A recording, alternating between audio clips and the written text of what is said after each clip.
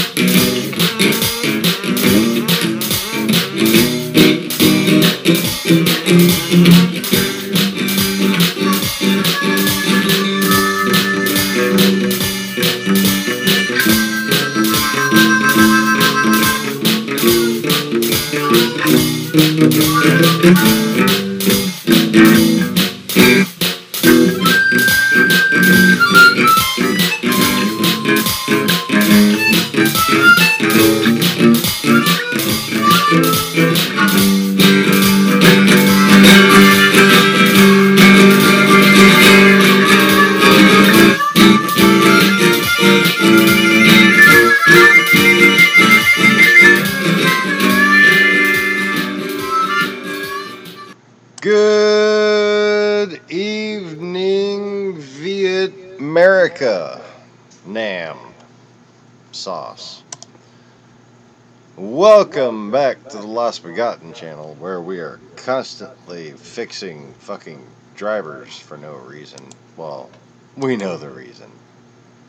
We were the first ones to know the reason.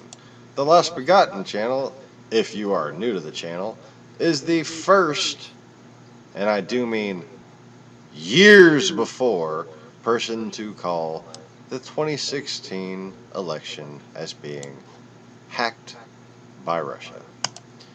The hacking by Russia had already started before 2014. And in 2015, I created this channel and was warning about this coup as of, what was it, February 28th? No, maybe it was February 30th. Yeah, that was it. Had to have been February 30th. Hey, Maximo. But yeah, late February, early March at the latest, I was basically slowly building my case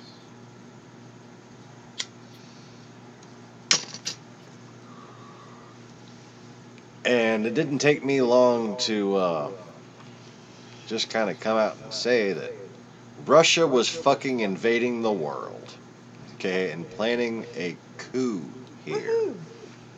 And was taking over the internet and rigging everything from fucking Seinfeld ratings to YouTube view counts, okay? And I mean that stretch in variety and time.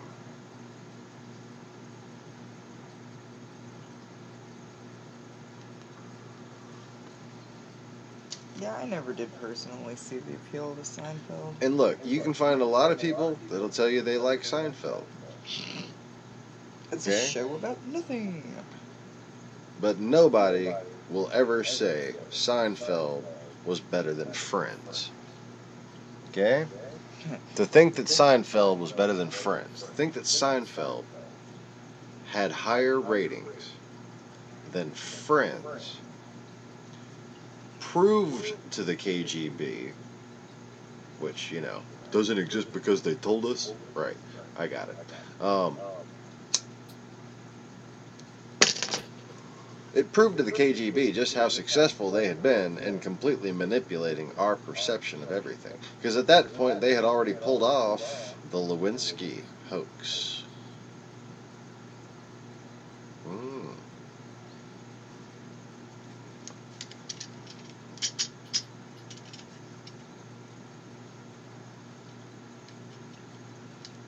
And you know, I'm not even saying that Monica never blew Clinton.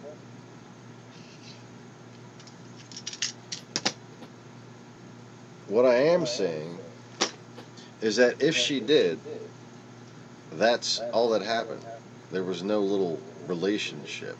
The man loves Hillary. Has for a long time. Their love goes deep, man. And what that whole psyop proved was that not only that could they control our perception, but that basically they had convinced us once and for all, and this is something that used to be very important to every American, they had convinced us once and for all that true love doesn't exist.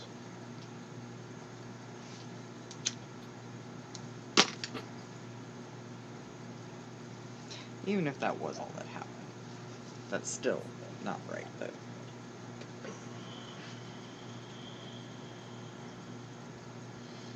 There's a lot of different ways they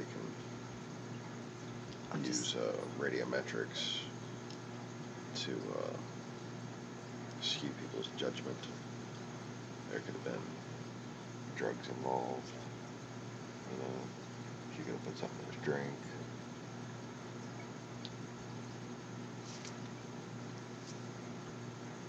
Fuck, maybe Hillary did let him get blowjobs. You know, that's their fucking business. The whole idea, what was the Russian psyop, was whatever happened got blown out of proportion and made into this big fucking soap opera.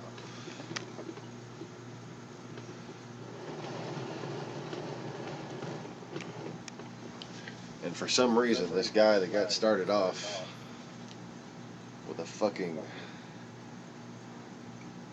Chinese loan, or no, a proof of the Chinese owning part of a company that gave them a loan.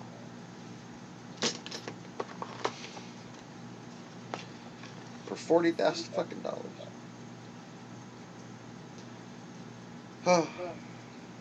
And wound up in the president's pants. It's all been one psyop after another.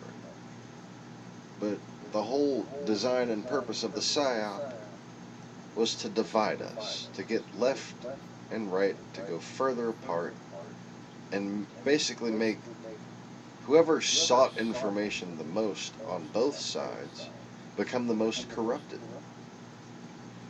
and therefore become the most far apart from each other's reality. Because basically the key to defeating the horde, the key to the resistance as a whole,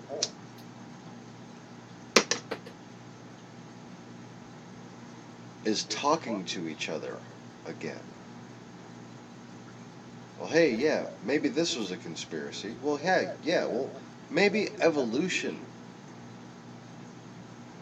was a conspiracy. Maybe all those things that supposedly debunk the Bible was a conspiracy. Maybe even the idea that Jesus was a brown Semitic person was a conspiracy. You would think if he was a brown Semitic person, they wouldn't be shunning him because he was a Galilean. That's all I'm saying. But see, you can't say facts that racists like without being called a racist. See, I'm not a racist, but I observe a fact. I happen to remember that fact, but, you know. Doesn't matter to me because I was black once too. At least once. Anyway.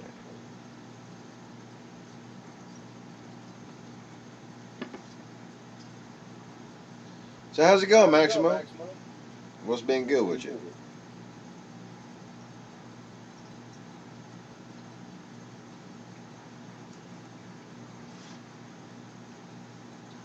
I'm gonna fix the camera up here, and we're gonna get right to some newsy sauce.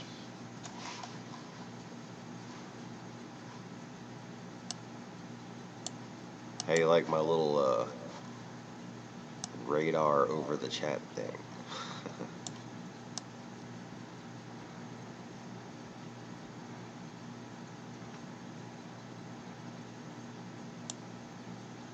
That's good enough, I guess.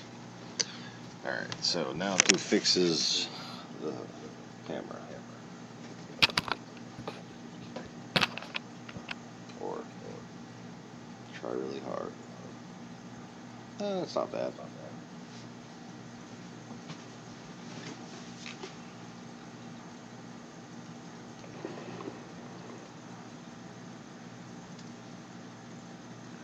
Alright, so without further ado, oh, that's good. Has Italy gotten the rain yet? I've really been trying for like over a month now to get Italy some rain.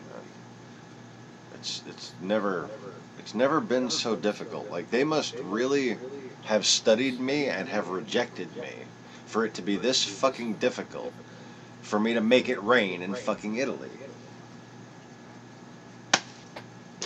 What a bunch of cowards. Like, seriously, let go of your preconceived notions about what I should be. Because accepting what I am is one of the keys to fixing everything wrong with the world. One of the things wrong with the world, quite frankly, is pretentiousness.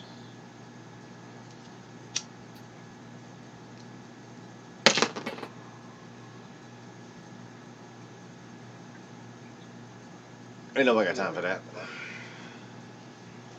Anyway. Well, I would think since it's raining by you and in Spain. The rain in Spain was mainly on the plain. Fuck, it might be raining in Italy. I mean, shit. God, it probably will be soon. I'm trying to remember where it was. Hold up, can we see that on this map?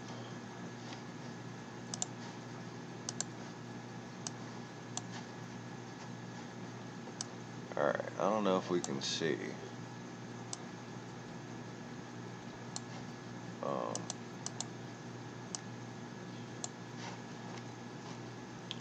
Okay, there's Spain.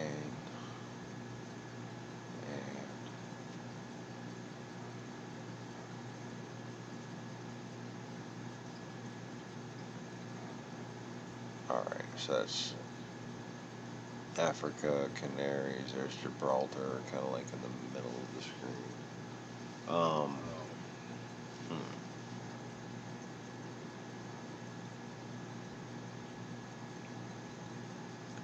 So if there was rain in Spain, it stays mainly on the plain. I mean, if there was rain in Spain, it's probably moved on to Italy by now, because it looks like that last little big thing was going through there. Oh. What? Harvey took a eastward jog this evening. Apparently a little further east than they anticipated. Again. That's what I was just saying. I know. After they were swearing that it was just gonna go up. Are you gonna tell them again? Sorry.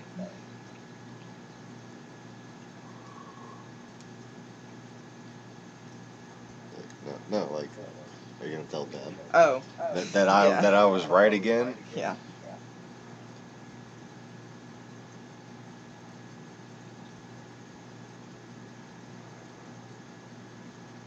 And be like, at this point, he's just fucking with you. Because I am. That's how I roll.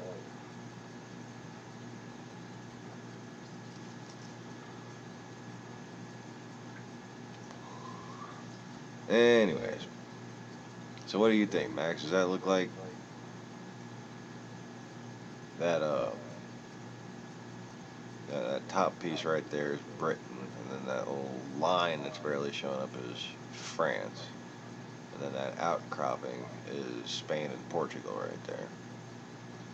So you see from the first frame right there, that big thing is going across France, and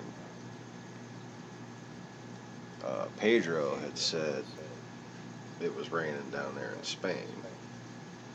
That was this morning, I think. So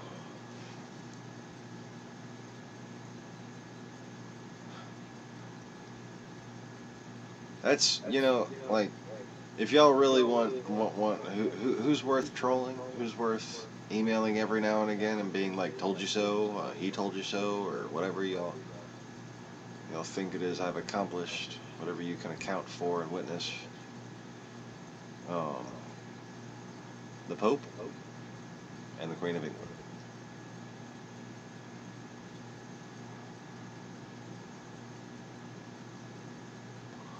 There was supposed to be a process to this. You know what I'm saying? And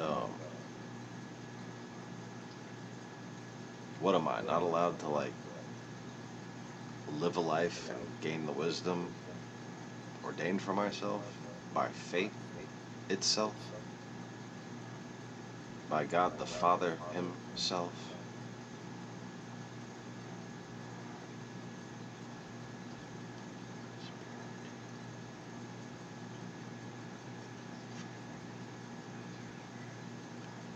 Did anybody else hear my voice go digital just then?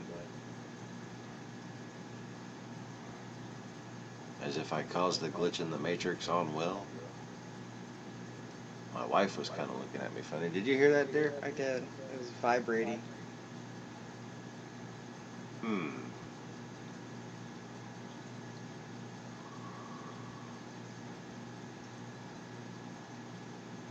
It's been about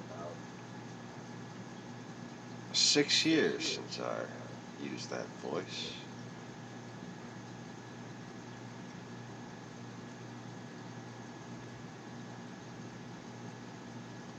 A reference to a similar voice is in the book Dune, which I personally like to say Dune.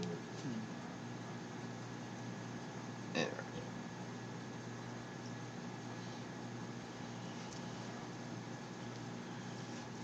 Alright, so Holland's in Denmark, right? Right north of Heidelberg, Germany, and then France and everything.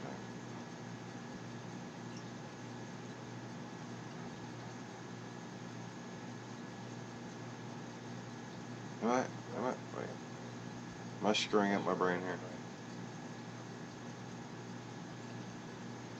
Holland's in Denmark, right? Yeah? Okay. There you go. West of Germany, north of France. Yeah. The little point. Yeah. It makes a great place to, like, station a bunch of bombers on Civ 2.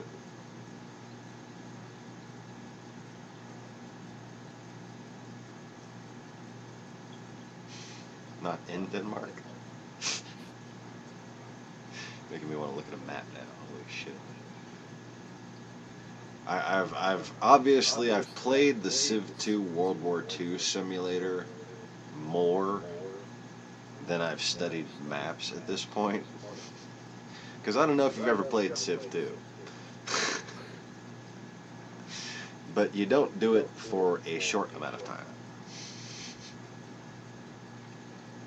It's the kind of thing that tends to cause you to skip meals and school days.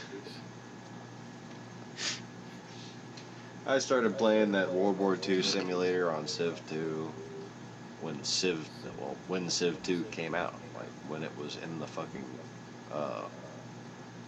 like toy stores. It's like a brand new PC game.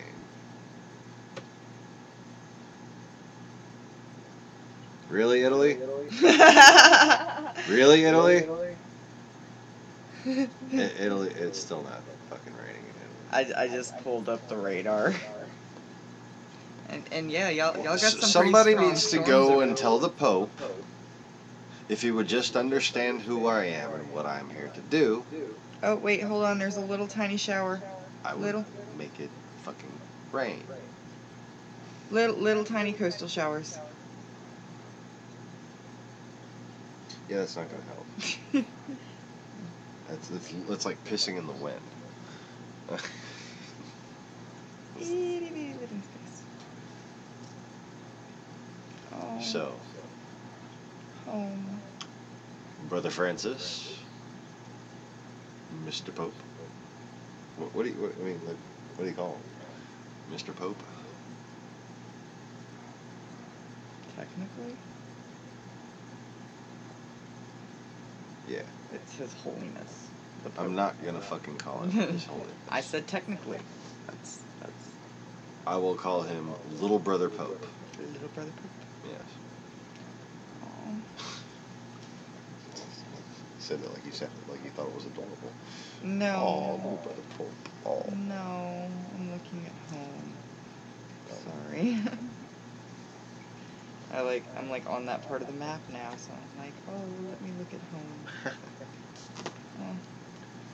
I want to go swimming in the Adriatic Sea again. Alright, can we not do too many tangents? Yeah, sorry. So anyways, I'm taking my time. yeah, perhaps, they would substitute the previously agreed upon format if you, Maximo, considering where you are, actually, would address an email and properly as you can make the email look, and just pray for what it should say. I'm not going to tell you what it should say, but the key is to find the proper email to the Order of St. John under Queen Elizabeth and Pope Francis, Pontifex at Holy See, or whatever it is. What? No, it's actually a fucking website. Oh, called is the it Holy really? See, yeah. I'm sorry. My bad. Just sounded funny.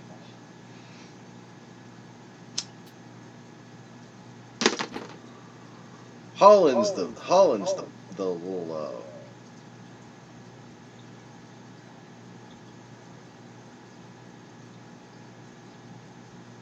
it's a little fairy country, isn't it? It used to be swamp.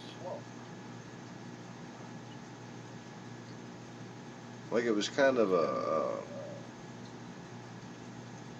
series of natural moats, for lack of a better explanation. If it is where I'm thinking it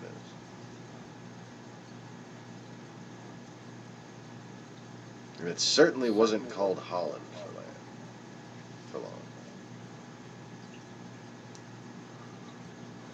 Yes, there should be. That is definitely deep Johannite territory. I mean, that's like the center of land that held. There you go. Y'all are basically Cajuns. Y'all are the same as us.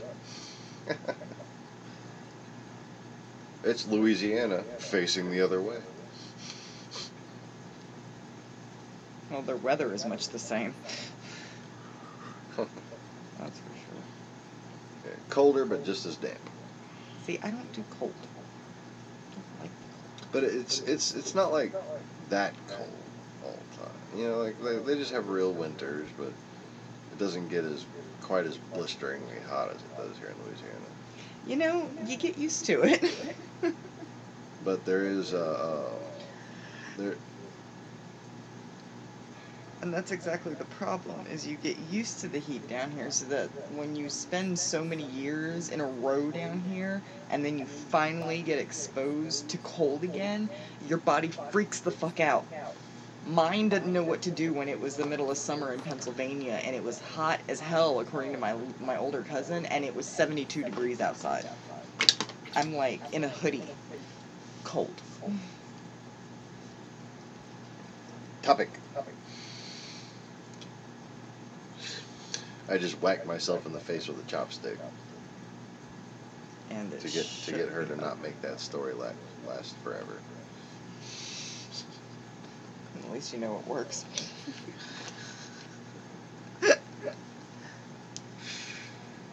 Apparently. But yeah. So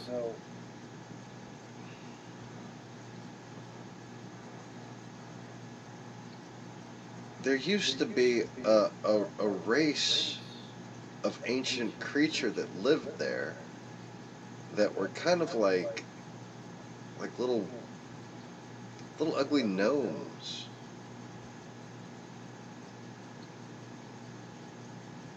Like I keep picturing Hoggle from fucking The Labyrinth. Like those little fuckers live there. And they were okay, so this race, wow, this is a weird memory, but I'm gonna really try to tell this one. Okay, so this race of people were a group of like trades craftsmen, and they would basically tag along with other groups and be paid as oftentimes like machinists or blacksmiths or repairmen of small intricate objects like eyeglasses or microscopes, and eyeglasses and microscopes have been around for thousands of years. You people these days have no idea what history is. Like on a basic level, you've literally been studying fiction for 100 fucking years straight, as if it were real, and it's kind of painful to understand, but.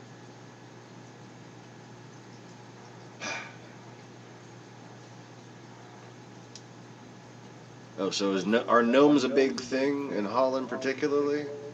Like more so than other countries in that area? Because they weren't called gnomes. I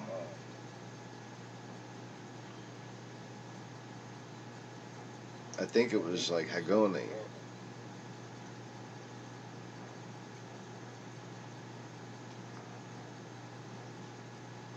Like remembering the name kind of like also made me think of Hoggle.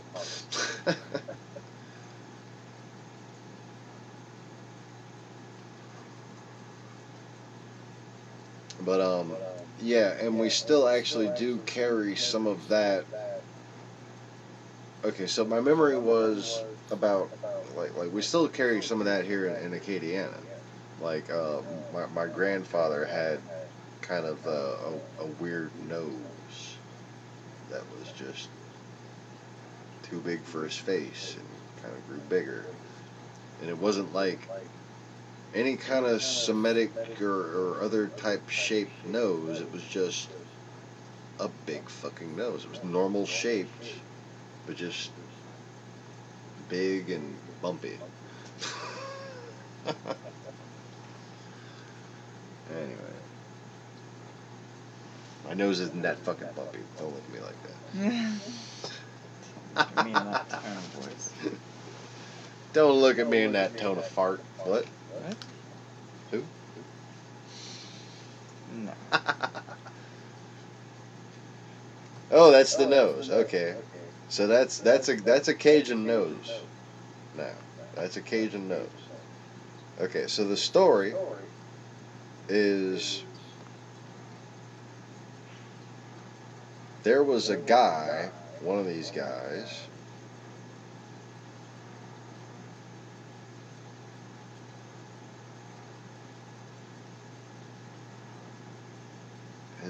I'm trying to remember his name. It was like Gananyuin or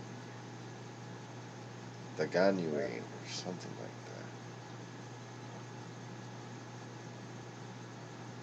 that. And he kind of dressed like a fucking like an Arab pirate almost.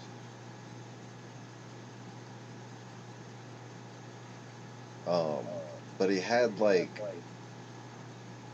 bags of tools and shit.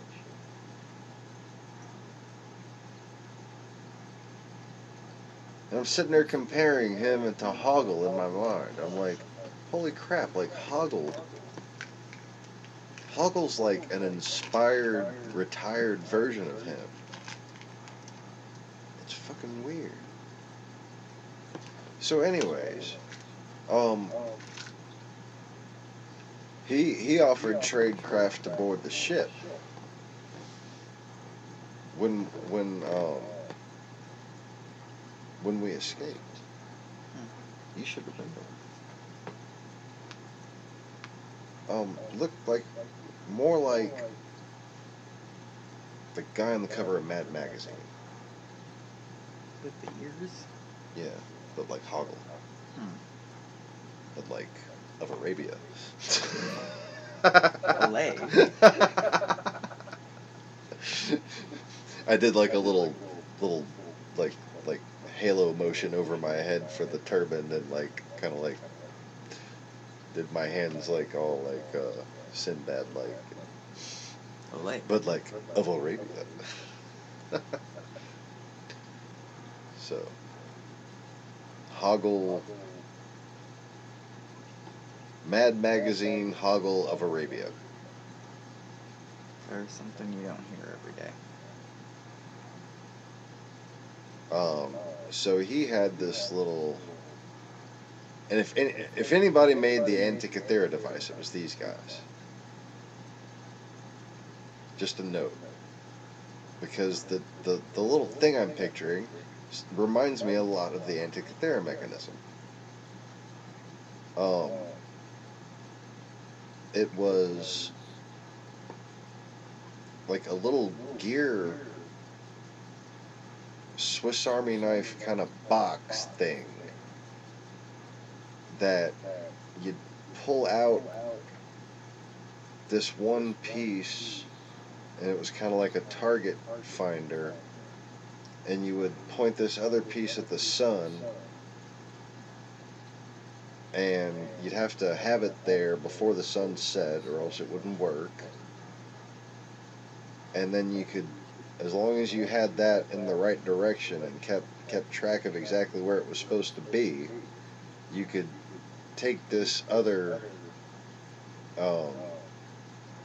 the targeting dial finder thing and move it in XYZ axis and be able to navigate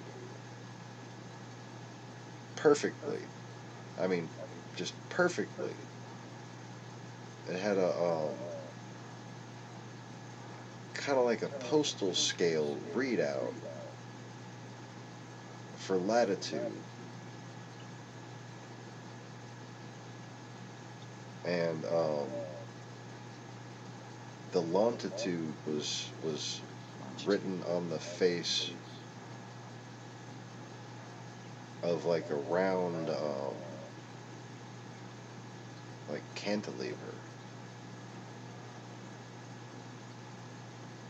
and it would just kind of tick across, and you'd have to line it up and read where that was and where the other one was, and kind of where they met was where you were.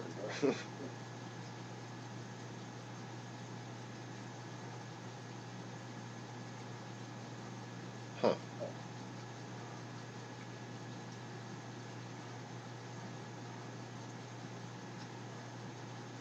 I wonder if any of that makes sense of the Antikythera device. I've never like studied it that closely. I've looked at it a couple times, but I never got out a sketch pad and tried to figure out what it does or anything. Anyways.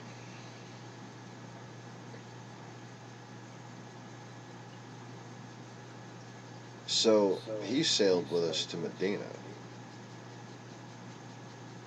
and then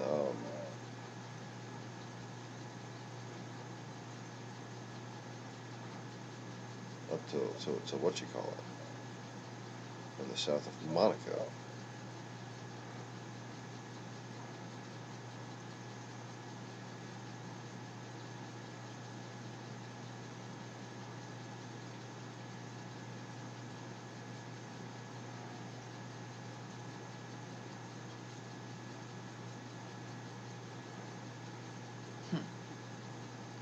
Vienna surrendered. I mean, not Vienna, Venice. And when they surrendered, everyone fled Monaco.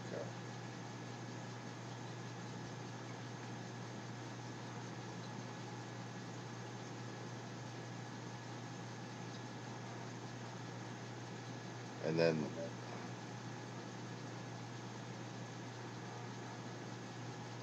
we went north, but we were escaping some, like, sort of barbarian warlord.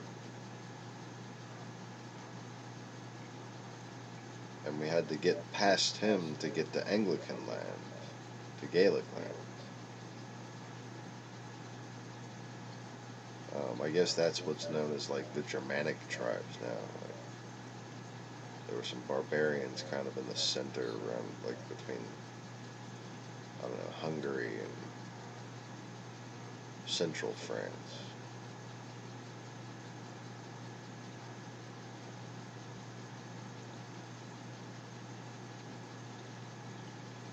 Yeah, like Maximo, like it's fucking weird. Like there's a point, and the scale will like the postal scale is kind of round edged up against the ball surface, and each of them have lines on them, and then there's like a little slider for where the point is, and I think that's actually supposed to be determined by the month of the year or something like that. It was a really complicated little fucking device.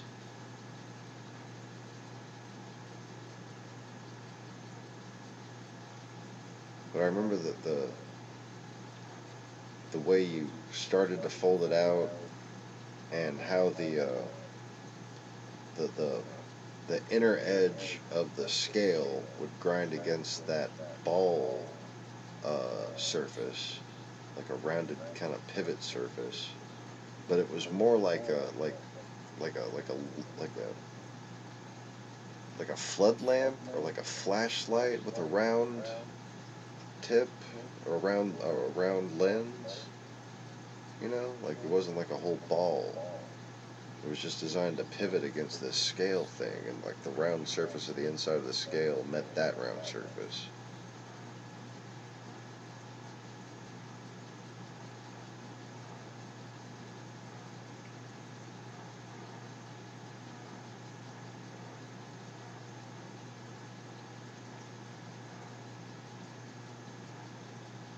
Oh, I think there was a map of the stars actually etched into the bottom of the the bottom of that round thing. Huh. Okay, I could sit there and just overthink that for hours. That's fun stuff. What the hell were we talking about? Noses. Noses. Oh yeah. So Look at me being the one staying on topic for once.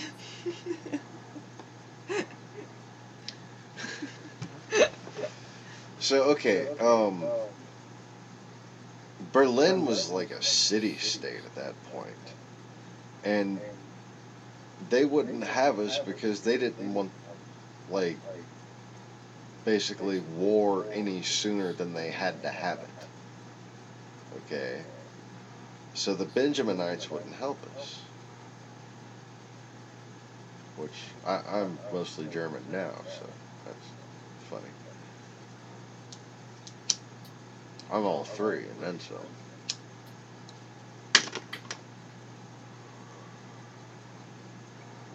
But it's very interesting that the Germans should wind up fighting the English right there.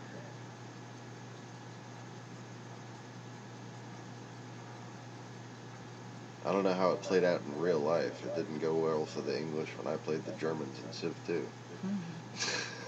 I never played the French. I'd either play the Germans or the Americans. Or allies. You'd play the, you'd be Britain and you'd be the Americans. And you get to fight the Germans and then kick Russia's ass. And it was always very gratifying. Tedious, though, because Russia just fucking goes on forever. Right? Like, you're just invading just one pointless town after another. Just like, when are you fucking people all gonna die? Ah. Never. They survive on vodka and cold.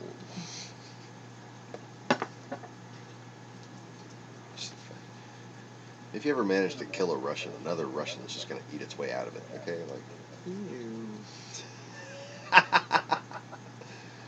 They're fucking invincible. You can't exterminate. No, we're just being facetious in a very morbid way, but we're fucked up like that. So, yeah, anyway. Blaming our childhoods. Our many fucked up childhoods. Or lack thereof in some cases. Yes, lacks thereof. Lacks theirs is of this. This past one third of the time. Patty has not called off work. She's still emailing me work stuff. Oh boy. No.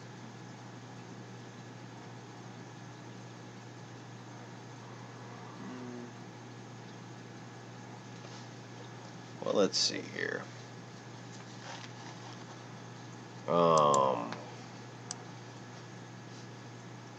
I was gonna check for a weather update, but I really don't fucking feel like it. It gon' rain. That's my weather update. Oh yeah. It gon' Fancy. rain. Yeah, the weatherman from the Family Guy. It gon' rain. They make fun of Al Roker.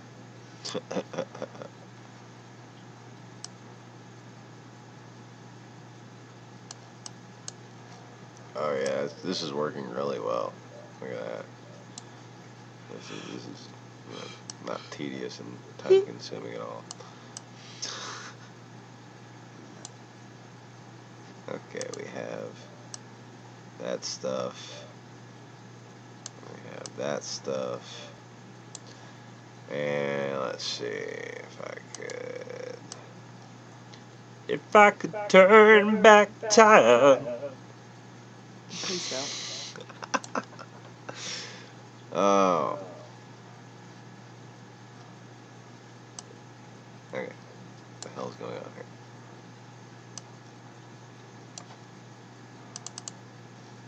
It's not how it's supposed to be, man. It's not how it's supposed to be. Oh. That was how it's supposed to be. There we go. I suppose that works. Does that look okay? Pudding pops. Yes. Okay. Wow. And we're walking. And we're walking.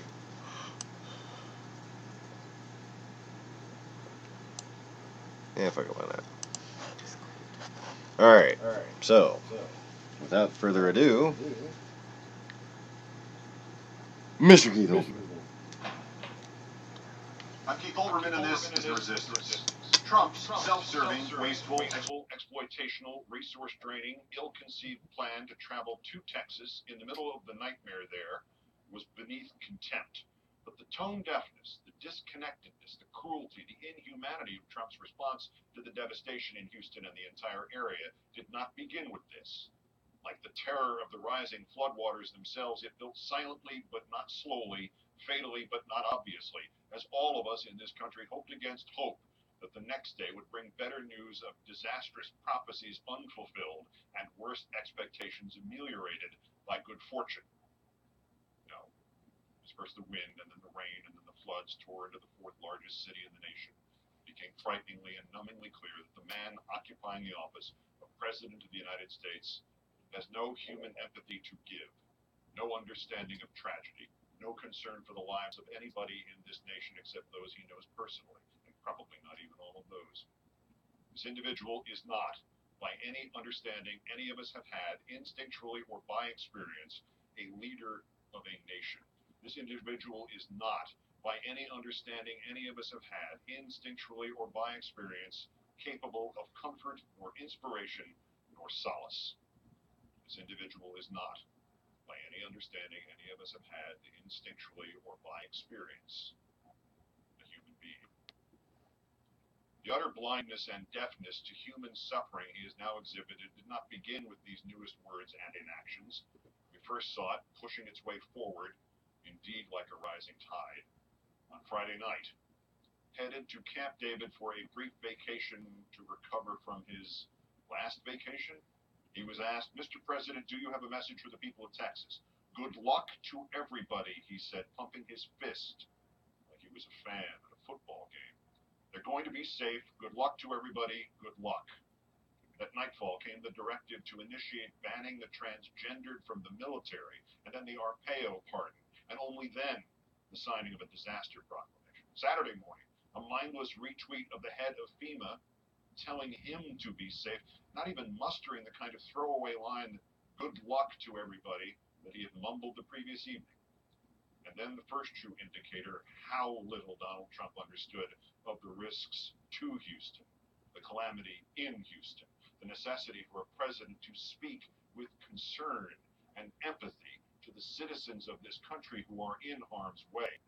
Trump's first tweet on Sunday morning, his first thought, an advertisement for a book by an Arpaio-like abuser of the law from Milwaukee, the infamous Sheriff Clark.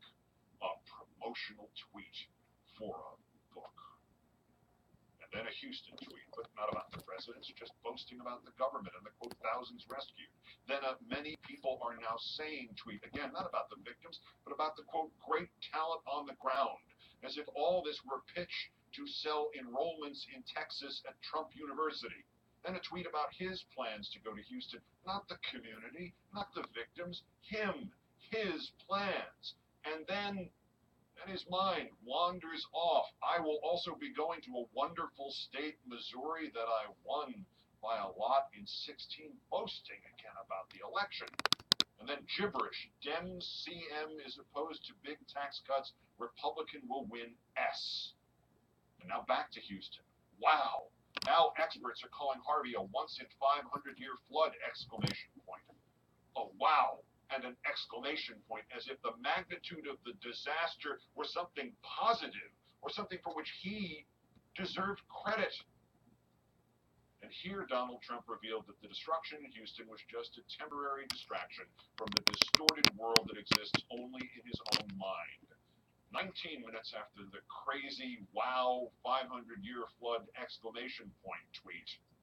With Mexico being one of the highest crime nations in the world, we must have the wall. Mexico will pay for it through reimbursement / other. We're back to the wall. Well, a city is drowning. A city whose population is more than one-third Hispanic, whose population is more than one-quarter of Mexican heritage. He must go back to building a wall to keep people who look like them out of this country, and to disparage the ancestral home of so many of the victims as, quote, one of the highest crime nations in the world. And 7 minutes after that tweet, back to Houston? Hardly.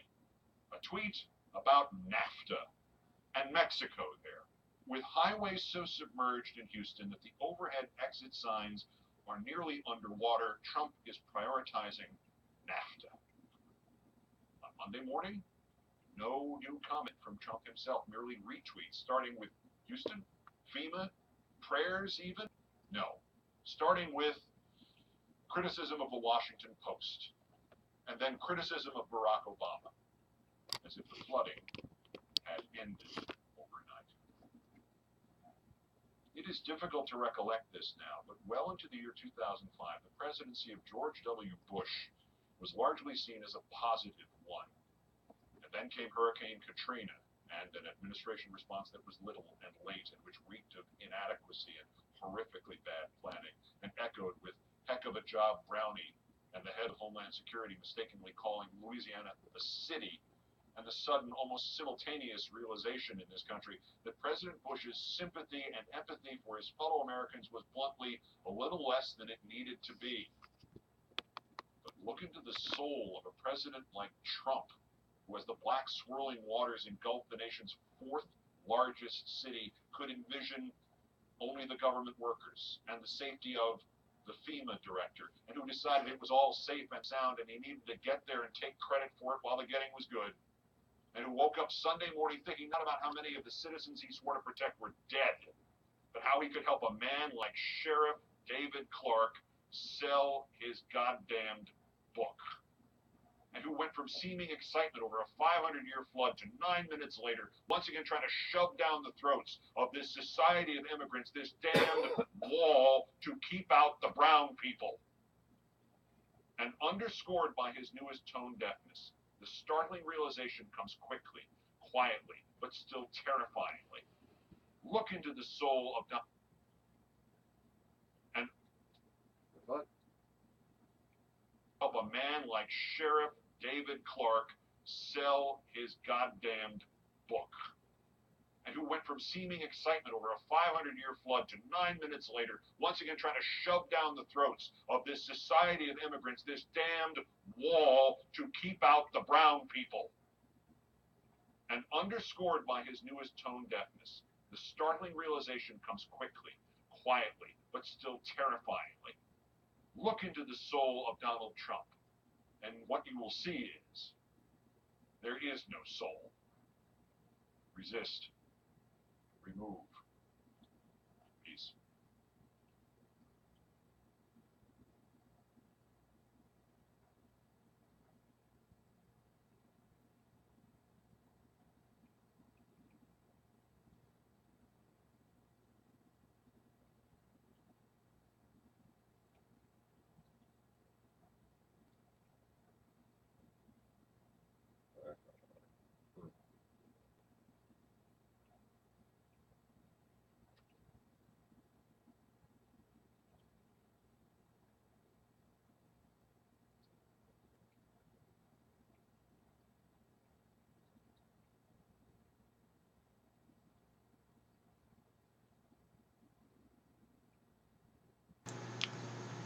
Alright, so anyways, hope the sound's doing okay.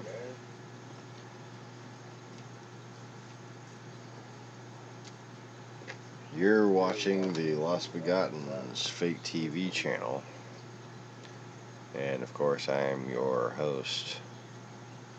Fake TV's some where it's like a begotten that's I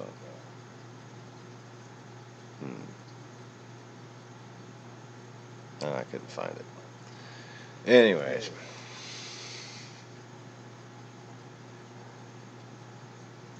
So I don't think I managed to watch this one. So I'm gonna go ahead and put it on. I've been very distracted by the weather the past few days. Obviously. In a survey of 40,000 people, Airwick was voted Product of the Year in air care for its scented oil. Oh, well, that's... Keith Olbermann in this is the resistance. And now we know exactly what Trump meant by Make America Great. Make it great for the racists, white supremacists, the neo-Nazis. Make it great for the anti-Semites. Make it great for those entrusted to enforce the law, who break the law, and who persecute Hispanics. Make it great. Nope, I was wrong. I have seen that one.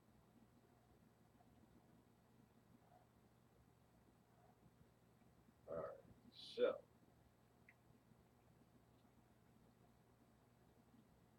Looks like we've got some interesting developments in the Trump-Russia saga. And I suppose we can continue there. Real footage from 1935. Look at this. The streets of Houston, Texas, the whole city turned into a maelstrom of flood. People clinging to roofs and awnings. 100 residential blocks and 12 business streets inundated, raging floodwaters 12 feet deep. Suburbs like an inland sea, clinging for life to a tree. Life-saving by lifeboat, castaways on rooftops. Like a rescue at sea, people taken out of windows. 100,000 acres flooded, 2 million in damage, a score of lives lost. In the heart of Houston, guests in a hotel are marooned without food for 40 hours. A cable is rigged between electric light poles, an aerial line to carry supplies. All this was caused by a tremendous downpour, 15 inches of rain. Buffalo Bayou runs through the heart of Houston. It rose 7 inches an hour. And when the bayou does that, Houston is in for a flood. This one, the worst and wildest Houston has ever had. That was 1935 in Houston, Texas. And as you heard the announcer say there, all that was caused by 15 inches of rain. What Houston tonight is coping with is more like 50 inches of rain. As of today, this storm in Houston has produced the single largest rainfall amount from a single storm that has ever been recorded in the continental United States. When Texas broke that record today, it surpassed the previous record, which had stood since 1978, which was also a storm that hit Texas. Texas has a history, a geographic destiny to be the target of major tropical storms in this country that can be incredibly damaging and that in particular can cause huge flooding. But after that gigantic flood in Houston in 1935, and actually that one in 35 had followed another catastrophic Houston flood just 6 years earlier in 1929. After it happened twice in 6 years, after 1935, Houston was so fed up that they decided to make a significant change to how that city could cope with these kinds of challenges. In 1938, they passed the Rivers and Harbors Act in Texas. The Rivers and Harbor Act, and that created, among other things, the Harris County Flood Control District. And in the 1940s, that local authority in Harris County, where Houston is, and the Army Corps of Engineers, they built 2 gigantic dams far out west from central Houston. They built these 2 dams to hold back big reservoirs in what was then a couple of unpopulated corners of Harris County and Fort Bend County. Today, those areas are no longer unpopulated areas. Housing development and suburban sprawl has pushed people not far west from Houston and beyond. But those 2 dams are still there. One of them is 11 miles long, one of them is 13 miles long. And when the storms still inevitably come and the rain falls and the rivers rise in southeast Texas, those 2 dams are still at the heart of how Houston copes. The 2 man-made reservoirs that build up behind those dams that they built in the 1940s, those are still what protects Houston from the uncontrollable inundation of floodwater.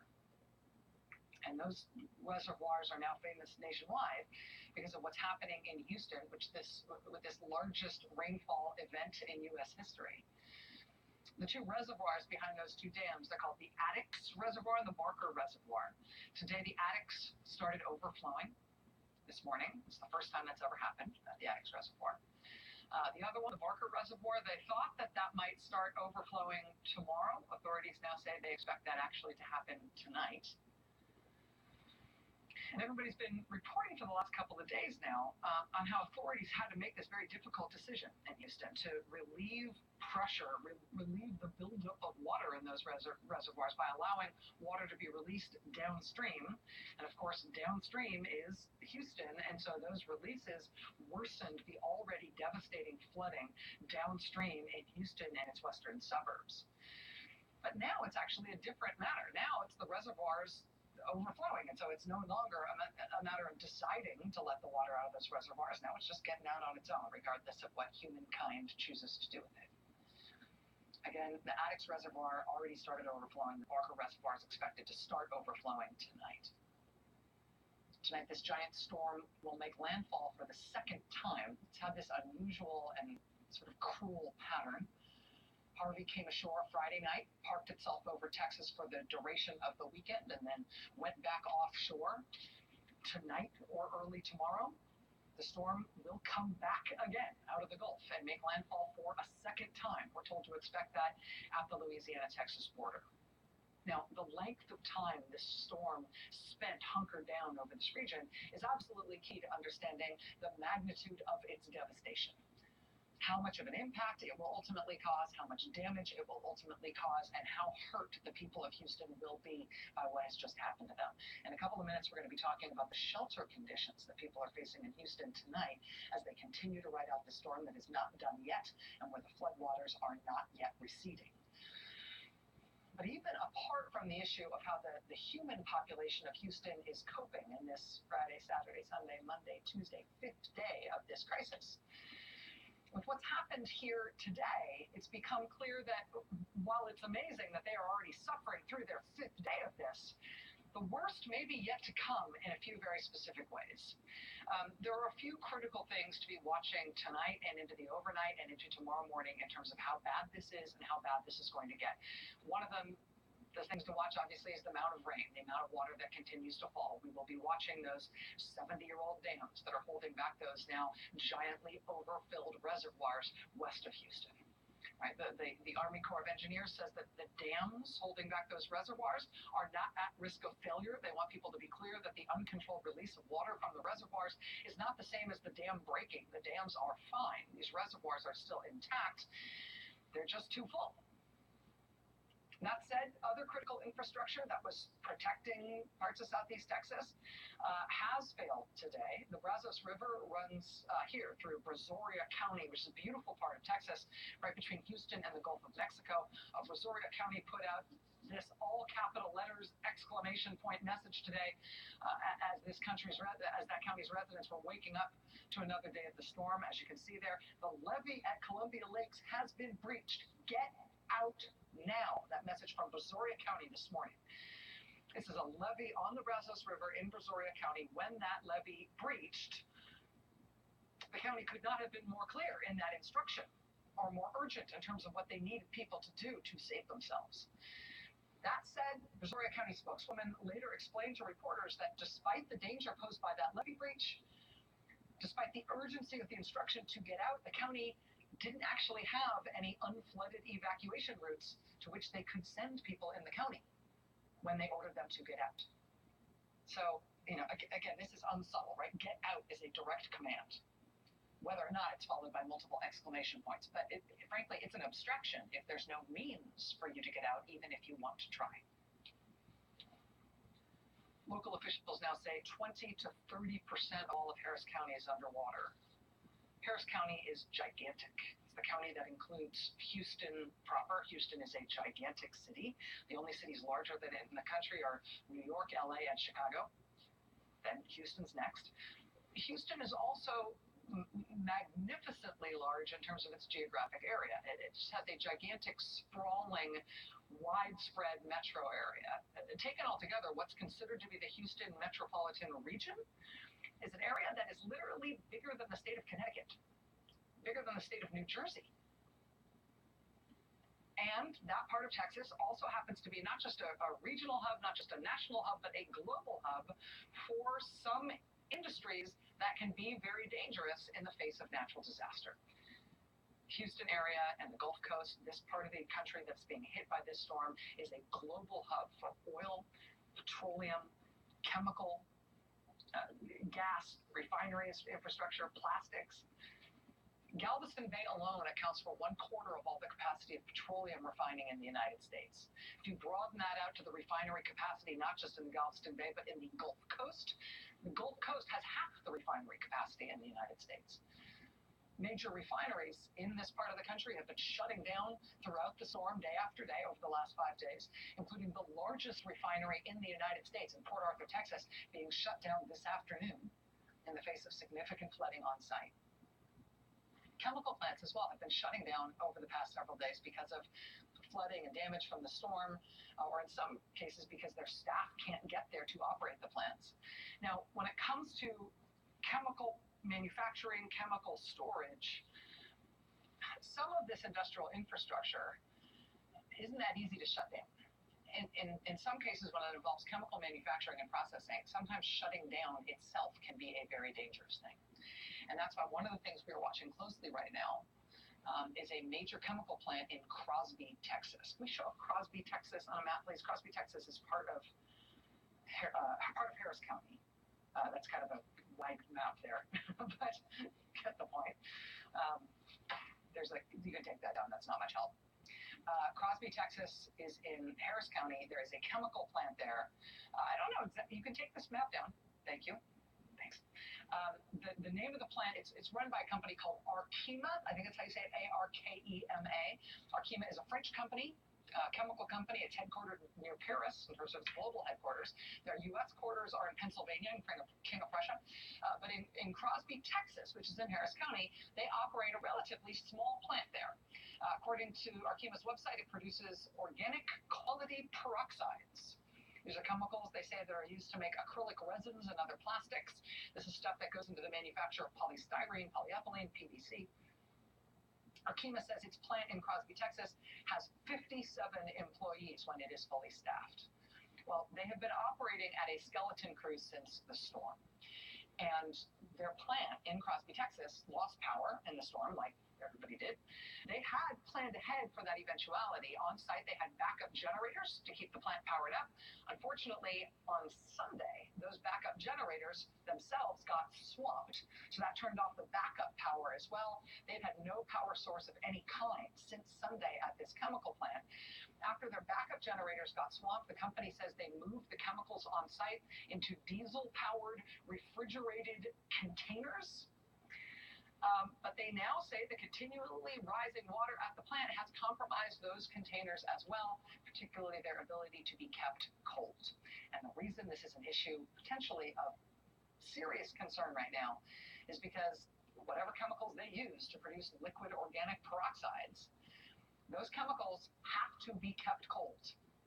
They must be refrigerated. Not just to keep them from spoiling, but to keep them from exploding. That's why there was backup power generation capacity on site. That's why they went to the trouble of moving these chemicals into diesel-powered containers after the backup power failed. If these chemicals can't be kept cold, if the diesel-powered refrigeration fails in these containers, there is a risk of a spontaneous chemical reaction, which would mean fire or explosion. The company put out a statement tonight saying this, quote, "The situation at the Crosby site has become serious. In order to ensure the safety of our ride-out team," meaning their skeleton team, the riding out the storm, in order to ensure their safety, all personnel has now been evacuated from the site. Quote, "We are working with the Department of Homeland Security and the state of Texas to set up a command post in a suitable location near our site." So again, they've got Homeland Security setting up a command post nearby. Local news is reporting that a 1.5-mile radius has been evacuated around this chemical plant. And the company's being blunt about what's happened here. According to the company, refrigeration on some of our backup product storage containers has now been compromised due to extremely high water. Quote, "Arkema is limited in what we can do to address the site conditions until the storm abates." They say we are monitoring the temperature of each refrigeration container remotely. At this time, while we do not believe there's any imminent danger, the potential for a chemical reaction leading to a fire or explosion within the site confines is real. So again, this is happening right now, one of just a gazillion chemical plants in the affected region. This one happens to be in Crosby, Texas, and there has been an evacuation 1.5 miles around that plant. It is an additional complication for this disaster that Houston and this region is the most concentrated energy infrastructure in the world, as well as a hub for some of the most dangerous chemical and industrial facilities anywhere on Earth. And that's dangerous in the best of times. It's particularly dangerous now. So unlike a disaster in another part of the country here, in order to understand the potential impact, you have to keep your eye on the Houston Ship Channel and on the biggest refineries in the country and on the densest concentration of chemical plants in the country. And we got to watch those dams on those western reservoirs and on the levees along the rivers. Local officials started to warn today about roads and bridges starting to fail. This is what happens when I stop giving a shit. Anniversary to the day of Hurricane Katrina. Tonight it is starting to feel like a national test of whether we learned what we were supposed to learn from that disaster 12 years ago. Joining us now from Cleveland, Texas. Ominous, isn't it? Stephanie, thank you for being here. I really appreciate you joining us on a tough night. That's right down the road from where I used to live. You're welcome. You're welcome. Thanks for having me. First of all, Stephanie, I know you've been on the road today. Can you just tell us what you've seen today? First of all, where you are now in Cleveland, Texas, what things are like there, what you've seen, what your sense is of the scope of what Texas is dealing with right now. Sure, Rachel. We had one goal today, and our goal was to go from Houston to Beaumont. Now, if you're not familiar with Texas, Beaumont is due east of Houston, and on a good day with the sun shining, it should take about a little over 2 hours to get to Beaumont. Today, we never got to Not Beaumont. that, but Crosby, where the chemical plant is. Houston was an unbelievable trial. To go east, we first had to go all the way west and up north. And by the time we turned east, we were easily twice as far away from Beaumont as Houston is. Then we tried to come east and drop north. And that's when we wound up in a place called Plum Grove. And that is literally where the road ended. We had no chance of going anywhere because the nearby river had completely flooded. And we saw there a scene that we've come used to seeing in Houston, but is actually playing out all across this part of Texas. We saw rescue teams. These are local people with local boats on this river going in and rescuing people, bringing out families from this one community. We were told that there were about 500 families that they needed to rescue because the river rose so quickly and so high. This is an area of Texas that is basically marshland, and the people here get floods. They know that the water rises, but there is no one that we've spoken to who has been able to wrap their head around just the vastness of this disaster. Even the people that had the boats that were rescuing people, even the fire chief that we spoke to today was really stunned at how quickly that water rose. And now you have this storm moving east, and the city of Beaumont that we couldn't get to, another city of 100,000 people facing floods and evacuations tonight, Rachel. And Stephanie, you were talking about, we're seeing these incredible images of people just in private boats doing what they can for their friends and neighbors. I have to ask if it's a well-integrated effort, if there's a place to bring people, particularly when it's not officials who are rescuing them or the National Guard who's rescuing them, it's just their friends and neighbors. Is there a place to bring people? Are these well-coordinated efforts? Do you get the sense that resources are being deployed in a way that seems rational? I think people are doing the best that they can. And I think it really has to be, especially in the community that we are in today, this has to be a local effort. So it has to be neighbors helping neighbors, but also churches opening up. We spoke to the police chief today, or rather the fire chief, and he actually told us, and this gives you an idea of just how big this flooding is. He said that they set up a shelter on Monday afternoon. They started piling people in that shelter, and it was all pretty orderly.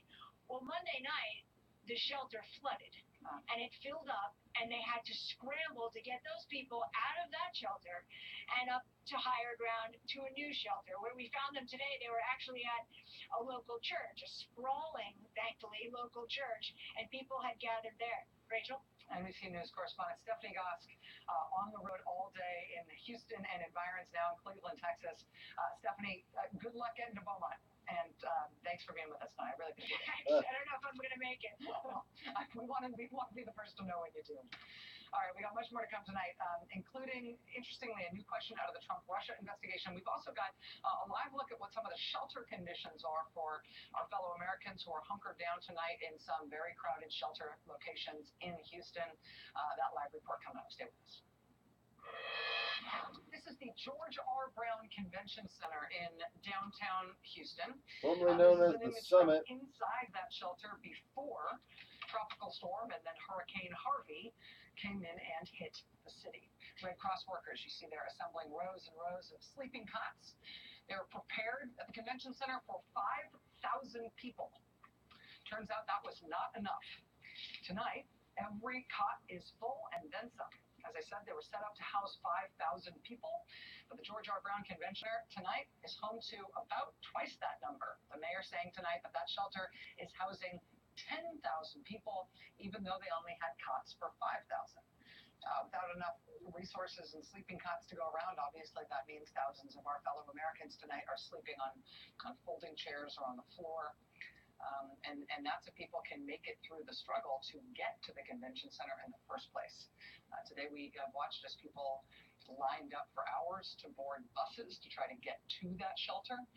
People have really gotten themselves there any way they can, including by dump trucks if necessary, by any vehicle that can get through or around or over the floodwater.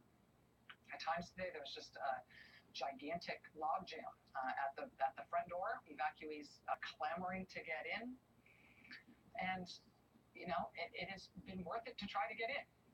For people who are in very dire straits, at least it is a way to get access to dry clothes and towels and blankets and hot food. The Red Cross has been promising that no one will be turned away, but the George R. Brown Convention Center, in some obvious ways, is getting to be stretched beyond the limit. Well, tonight the mayor of Houston has announced that they will open several more, at least one more, maybe more, maybe 2 or 3 more, large-scale shelters for evacuees. The first new one will be the Toyota Center, which is where Houston Rockets play. They're hoping they can get that one open right away and shift people from the overcrowded George R. Brown Convention Center to the Rockets Arena, the Toyota Center, to alleviate the crowding at the convention center.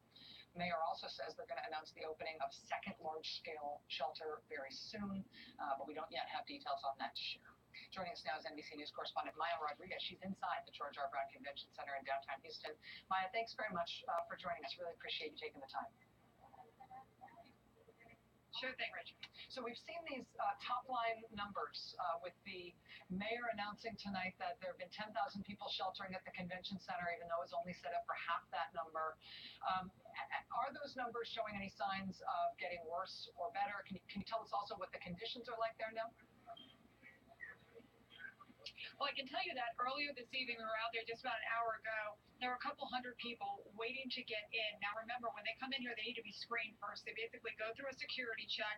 Then they have to register with the American Red Cross. And there were a couple hundred people out there. The good news, it had actually stopped raining for the first time today, which was a welcome relief, because otherwise you're standing out there in the elements. Again, you mentioned a bit of a log jam when you first come into the convention center. That's what we were seeing, because people did have to go through those security checks. Right now, things are very quiet. You know, people are getting ready to go to bed. It's been a long day for many of them. As you can see, this area is actually not in the hall proper. This is outside of the convention center halls. People have done what they can. They've set up cots. Some of them have inflatable mattresses, just sort of setting up here, trying to get a little bit of a good night's rest. Beyond these walls, though, there are literally thousands upon thousands of people inside the convention center. Again, people that were plucked from their homes, places that were 5 feet, 10 feet underwater. They were picked up either by helicopter, high water vehicle, or an airboat or a flatboat. brought to relatively dry land, put on a bus, and brought over here. But at this point, it appears to be very organized. Things are very quiet. There is a heavy police presence here. Definitely a lot of security here. There are some people that do appear to have mental health issues. There are a lot of doctors, a lot of medical professionals that have come here to volunteer their time. In fact, we have seen hundreds of volunteers here wearing their name tags, making their way up and down these hallways, trying to do what they can for their fellow custodians. Rachel. Maya, what do you expect in terms of this plan to start shifting people into the Toyota Center? The mayor's been talking about that as the next steps plan to try to alleviate the crowding there. Have you seen any signs of that shift starting to happen? Do we know anything about how that's going to work? So what we have been told by the mayor's office is that the Toyota Center will be opening, but it will be for families only. So families that will normally be coming here to register, and they will come here to register first, will then be taken to the Toyota Center, and that's where they are going to be placed. This is, again, according to the mayor's office, and we do have a number of families here. Rachel. NBC News correspondent Maya Rodriguez. Maya, I really appreciate you joining us tonight. Keep us apprised. Thank you. I should also let you know that the mayor of Houston, who I was just talking about there, tonight did just announce a new curfew for the city. There have been some sporadic reports of looting in Houston. The curfew was initially announced for 10 p.m. to 5 a.m., but the mayor then changed that, pushed it back. Basically, he said to allow for people to do the work they need to do in the streets to try to rescue people. The mayor announcing via Twitter that modifying the somebody tweet Rachel, tell her I said instead thank you. of 10 p.m. It'll still end at 5 a.m. Obviously, that is being put forward as an anti-looting measure. There's questions as to whether or not that may hinder any ongoing rescue plans or people's efforts just to get themselves to dry land and to shelter. More ahead tonight. Stay with us. September 9th, 1965, Hurricane Betsy hit Grand Isle, Louisiana with 160-mile-an-hour winds. In New Orleans, the flooding from Betsy hit 9 feet deep in the streets. Hundreds of thousands of people were evacuated. More than 80 died because of My that grandma storm. used to talk about The following that. day, September 10th, 1965, President Lyndon B. Johnson was in between meetings at the White House when he got an urgent phone call from a senator from My mom was like 7 or 8. And we've got the tape of what the senator told the president on that call. Check this out. A sad, great place. The biggest breakdown from the is now laying dry. That hurricane Betsy picked the lake up and put it inside your Geostrategy and the third system. That's the threat that we have. We had it down there, and we need your help. Now, at the time, presidents were not expected to turn up at the site of natural disasters, but LBJ couldn't say no when Senator Long called him with that entreaty. LBJ broke precedent with how all other presidents had dealt with disasters like hurricanes. He left for New Orleans within a couple of hours after he hung up with Senator Long. When he got to New Orleans, President Johnson visited an elementary school in the Ninth Ward that was being used as a shelter. It was sweltering hot. There was no water to drink. The tap water had been contaminated by the flood. The place had no electricity. It was so dark. People were so traumatized. They didn't realize who was there in the shelter with them and what all this commotion was about. So in that visit, LBJ grabbed a flashlight and lit his own face up with the flashlight so he could show people that it was him. This is your president. I'm here to help you. The day LBJ returned to the White House, he sent a telegram to the mayor of New Orleans. It was a 16-page long telegram outlining new federal plans to help the city. Ever since LBJ's trip to New Orleans that day in September 1965, it has since become an expectation that presidents will show up at areas of devastation around the country, hopefully in ways that don't divert too many resources or distract too much attention from the disaster itself. President Trump today went to Houston to speak to first responders and survey the damage of the still ongoing storm there. At one point, I do have to mention, he incongruously congratulated himself on what a good crowd he got at the disaster. Putting that aside, does the LBJ model still hold? Does it survive intact into this era? In the post-LBJ tradition, what does history tell us about whether it's a good idea? When and if a president should show up on site at a disaster? What counts as good presidential leadership in the face of this kind of challenge? Joining us now is Michael Beschloss, NBC News presidential historian. Mr. Beschloss, a real pleasure to have you here tonight. I want to ask you about White House response to disasters. I also have a question or two about some other major news concerning this president. I am super glad you're here in any event. All right. Thank you. I highlighted that LBJ precedent because it's the Gulf Coast, because he's a Texan, because it was the decision that set the standard for how presidents are supposed to show up at moments like this. Is there any way to look at that standard, that tradition now, to figure out if it's a good thing, to figure out if it materially helps the country? I think it's really expected, as long as the president's presence there is not going to take away from the efforts to help the people. 2 years before Johnson did that, John Kennedy was dealing with Hurricane Carla, which killed 43 people. That was in Texas. Kennedy was not hard-hearted. He felt that he could do the effort from Hyannisport, where he is at his house. If he did that nowadays, people would be furious because they would think that the president didn't care. You saw with Katrina what happens when a president, in that case George W. Bush, seems to be a little bit more distant from this.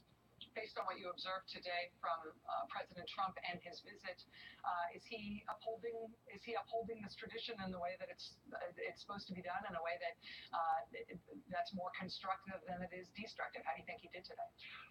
He did what he should. I don't think LBJ in 1965 went to New Orleans with the lights out and said, this is a great crowd and this is a great turnout, as President Trump did, but this is now expected.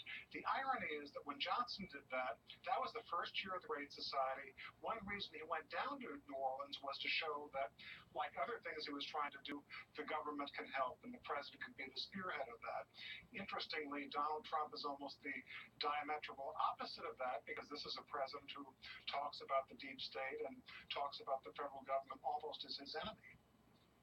Michael, the other big news story that everybody's been covering this week alongside this disaster now, and it's a complicated media environment in which we're all trying to get a sense of what's going on with this national disaster and also focus on what else is making news. And there has been this dramatic reporting about the president having secretly pursued a massive business deal, reportedly to be financed by the Russian government. During his campaign for president. We talked about that in some detail on the show last night. We've got a little more news on it tonight. But I just wanted to ask you, does that have any historic parallels? Is there anything we should look at in presidential history that can give us any guide as to the magnitude of that scandal? No, we should. And the answer is it's never happened. What if Abraham Lincoln in 1860, when he was running for president, had business deals going with the South? Or let's say if FDR, when he was running in 32 or 36, was having business deals with secret ones with Germany, as some American companies at the time did. How can we be sure that they would have been acting on behalf of American interests? And in Trump's case, a couple of things here. Number one, we're finding that his desire to get this Trump Tower in Moscow may have caused him to turn pro-Russian. Number two, he certainly wanted the Russians' help, so it has been demonstrated by recent reports in getting elected president in 2016. So, that is beginning to tighten the sense that there was a much too close relationship between Donald Trump and a hostile power. And the final point is, politicians don't change. He's 71 years old. Who's to think that just because he was doing that during the campaign, that stopped since then? There's a question here. If he goes to Turkey, if he goes to the Philippines, if he goes to Saudi Arabia, can we be sure that he's 100% trying to pursue American interests rather than, another half of his brain thinking about business deals that he might do? NBC News presidential historian Michael Beschloss, thank you for your time tonight, Michael. I really appreciate it. And I should mention, to Michael's last point there, which set a chill down my spine, did you remember that Politico.com story from earlier this summer, where they reported that TrumpTowerMoscow.com, that URL was just renewed by the Trump organization last month? TrumpTowerMoscow.com. Maybe he's still working on it. More to come. Stay with us. We got more ahead tonight on the situation in Texas and Louisiana, with Hurricane Harvey expected to make second landfall tonight. We'll be returning to that story again this hour. But I do also want to give you an update in the meantime on something a little strange that appears to be going on with the Paul Manafort part of the Trump-Russia investigation. Paul Manafort, of course, was Trump campaign chairman, From last spring until about this time last year, Manafort left the campaign under mysterious circumstances amid a storm of reporting concerning his business ties to the former Soviet Union and his financial ties to various Russian oligarchs. Paul Manafort has had basically zero public profile since he left the campaign, but he's nevertheless emerged as a figure in the Robert Mueller special counsel investigation into what happened between Trump and the Russian government while Russia was attacking last year's presidential election. Now, there are a lot of people who have reason to sweat that inquiry. A lot of people have been asked to provide information or been subpoenaed. Certainly, people have been subject to a lot of scrutiny in the media. But with Paul Manafort, something's a little different. And it's been this way for a few weeks now, specifically when it comes to his treatment by the Mueller inquiry. Just a few weeks ago, we learned that the FBI had executed an early morning raid on Manafort's house in Virginia. Tactically, that's unusual for this scandal. It's the first time we've heard about the FBI raiding anyone. In Manafort's case, it was apparently dramatic, them banging on his door and storming into his house, waking him up in the pre-dawn hours to go through his house and seize documents. So tactically, that was unusual. The timing was also unusual. July 25th, Manafort had given congressional testimony in the Russia investigation to the Senate Intelligence Committee. And then this raid happened basically that night. It was early morning on the 26th, pre-dawn on the 26th after he testified on the 25th. So on the 25th, he gave his testimony, went to bed that night after having, spoken to the Senate Intelligence Committee. Before his alarm went off the next morning to wake him up, the FBI was in his house pounding on his bedroom door. Now, could be a coincidence that Paul Manafort's house was raided hours after he finished his first Senate testimony. But we don't know. That committee appearance by Manafort on July 25th had not been publicly announced before he did it. Manafort's spokesman just proclaimed that it was done, that Manafort had given testimony and handed over the documents once the deed was already done on the morning of the 25th. The fact that less than 24 hours later the FBI was raiding his home raises the prospect that the special counsel's office was unhappy to learn that Manafort was testifying to the Senate, that he was handing over documents to them.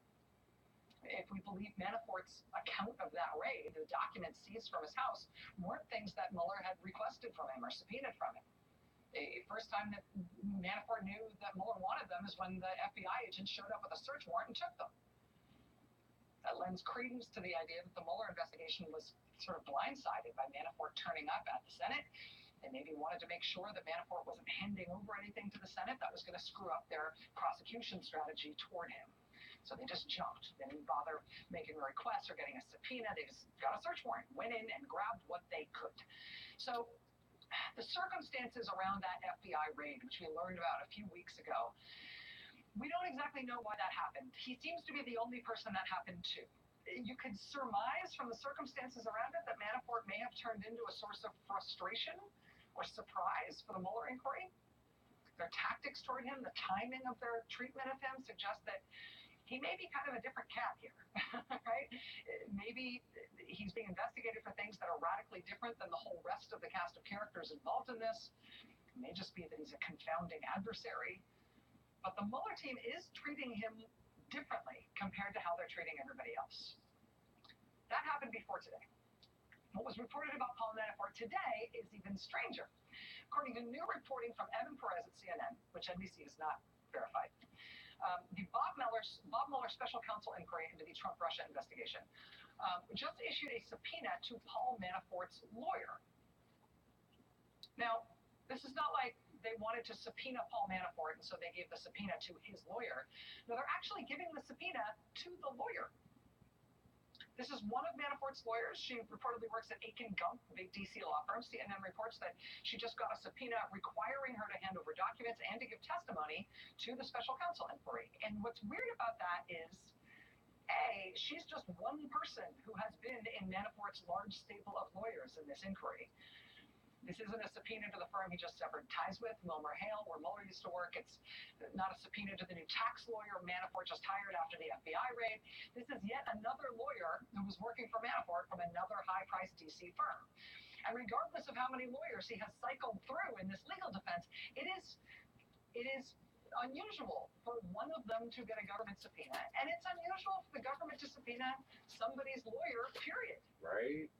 I mean, if you've watched one episode of Perry Mason, you know how weird this is, right? When lawyers and their clients talk to each other, those communications are protected by attorney-client privilege. Trying to force an attorney to testify about something related to his or her client, that is very unusual. The Mueller inquiry is treating Paul Manafort in an unusual way anyway, compared to everybody else caught up in this investigation. Unless you're talking about treason. If it bears out, if it proves to be true, this will be yet further evidence of that. We don't know why this is happening in general or in terms of the specific strange new subpoena for Manafort's lawyer, but we are trying to figure it out. We know it's atypical. We are trying to figure out why he is getting this atypical treatment. I should also mention that CNN further reports that beyond Paul Manafort's lawyer, his spokesman was also just given a subpoena by Bob Mueller's inquiry, which is also a little bit weird, but at least there's no attorney-client privilege between a man and his spokesman that the subpoena will be bumping up against in the case of Jason Maloney. So something is cooking on the Paul Manafort side of the Trump-Russia investigation that is making the Mueller inquiry behave very differently toward Manafort than it's treating everybody else. We're working on figuring it out. While we're at it, we've also got an unusual follow-up to yesterday's big news about Trump signing a letter of intent to build Trump Tower Moscow while he was in the middle of his presidential campaign. We've got new news on that bombshell story from yesterday coming up next. During the Republican presidential primary, they held lots of debates. Lots of them were entertaining, lots of them weren't. But the third one of the 2016 cycle was held in Boulder, Colorado at the end of October. It was your standard contentious Republican primary debate. Marco Rubio got some headlines, Ted Cruz got some headlines. Oddly, though, Donald Trump really wasn't a factor in that debate at all. He had dominated the first two debates, absolutely hogged all the press coverage out of them. But in Boulder, in that third debate, he was like negative space on the stage. He made zero headlines out of it, made zero impact on the proceedings. Maybe he was distracted. We now know that that third debate, October 28th, 2015, that was held on the same day that Trump had just signed a letter of intent to pursue a deal to build Trump Tower Moscow, which his company wanted to be the biggest building in the world.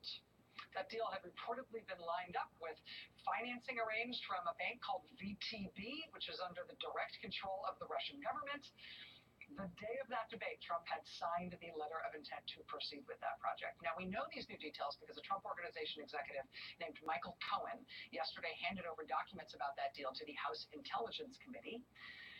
He appears to have released some of those documents and a fulsome statement about them to some reporters, presumably to put his best spin on the content of those documents that are now being handed over to Congress.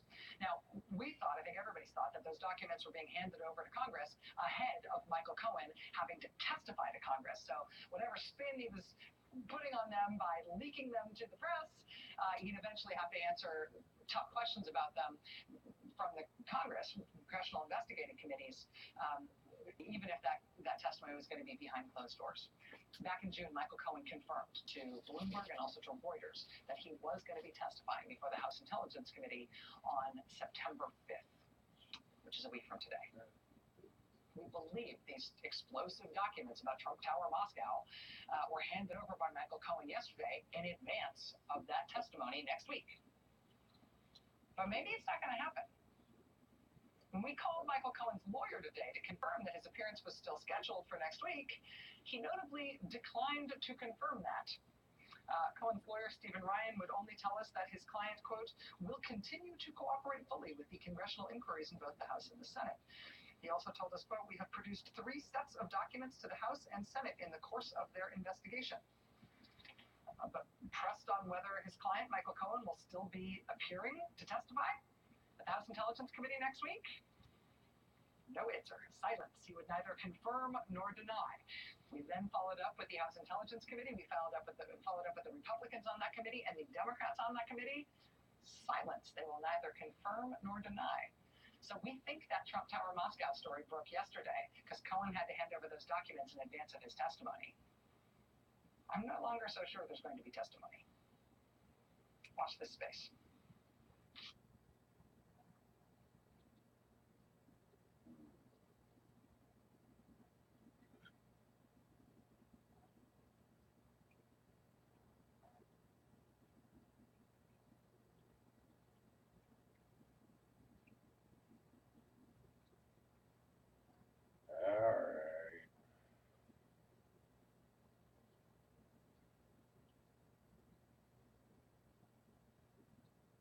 Today, President Trump visited Texas, but he forgot to bring any empathy with him. But he did bring a hat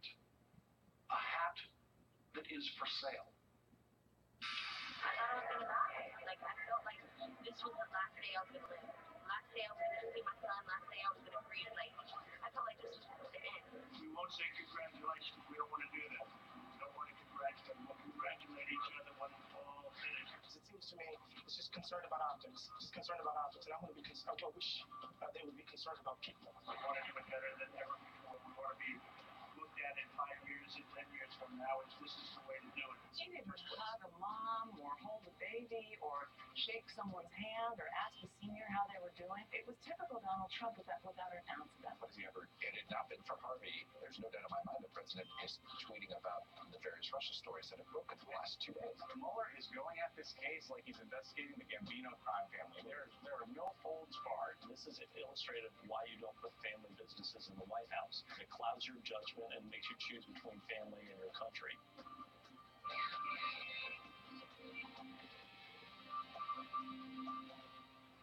So the president went to Texas today, and as Politico reports, he did not meet a single storm victim, see an inch of rain, or get near a flooded street. Perhaps the president's aversion to getting his feet wet is explained by what he said in a tweet in 2012 after Hurricane Sandy. Obama will be seen today standing in water and rain like he is a real president. Don't fall for it. So no standing in water and rain for Donald Trump today. 12 years ago today, thousands and thousands of people from New Orleans found salvation in Houston as they fled Hurricane Katrina. New Orleans is still rebuilding from Hurricane Katrina, and now Houston is flooded as it has never been before from Hurricane Harvey, which has killed at least 8 people now. We don't know what the final death toll will be. It is likely to be higher. There may be some people who may have drowned who will not be found for weeks. The 4th largest city in America is underwater tonight, and we don't know when we will see it again. We don't know how long it will take for the waters to subside.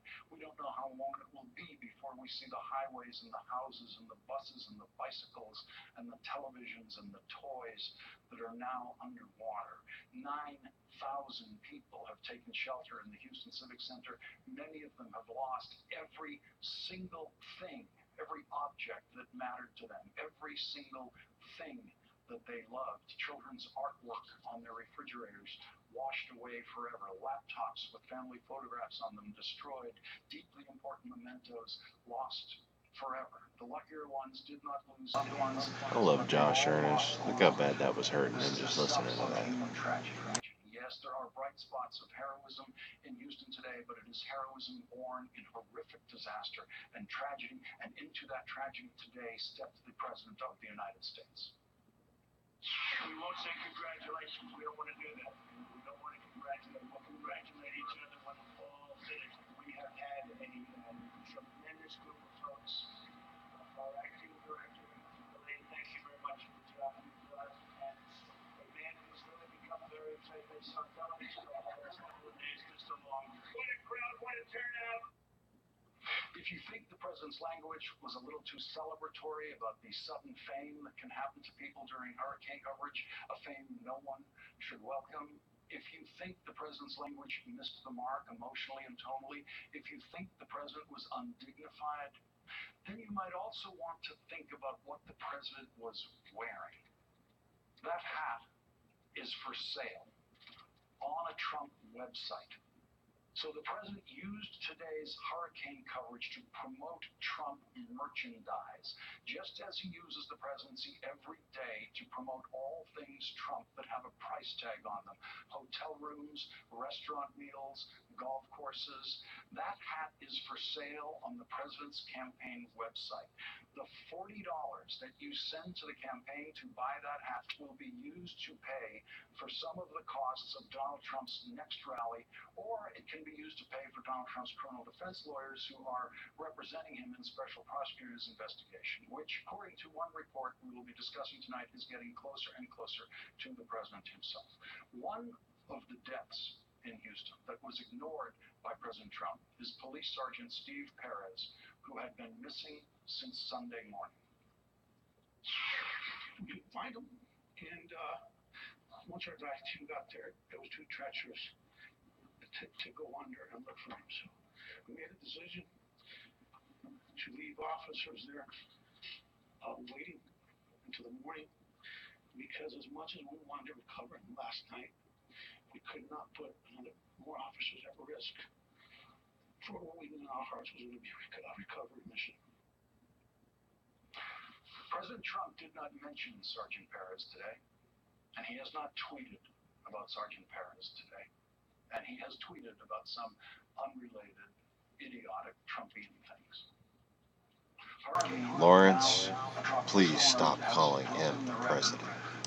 For the most rain of any storm in the continental United States ever, Harvey could make a second landfall near Houston tomorrow morning.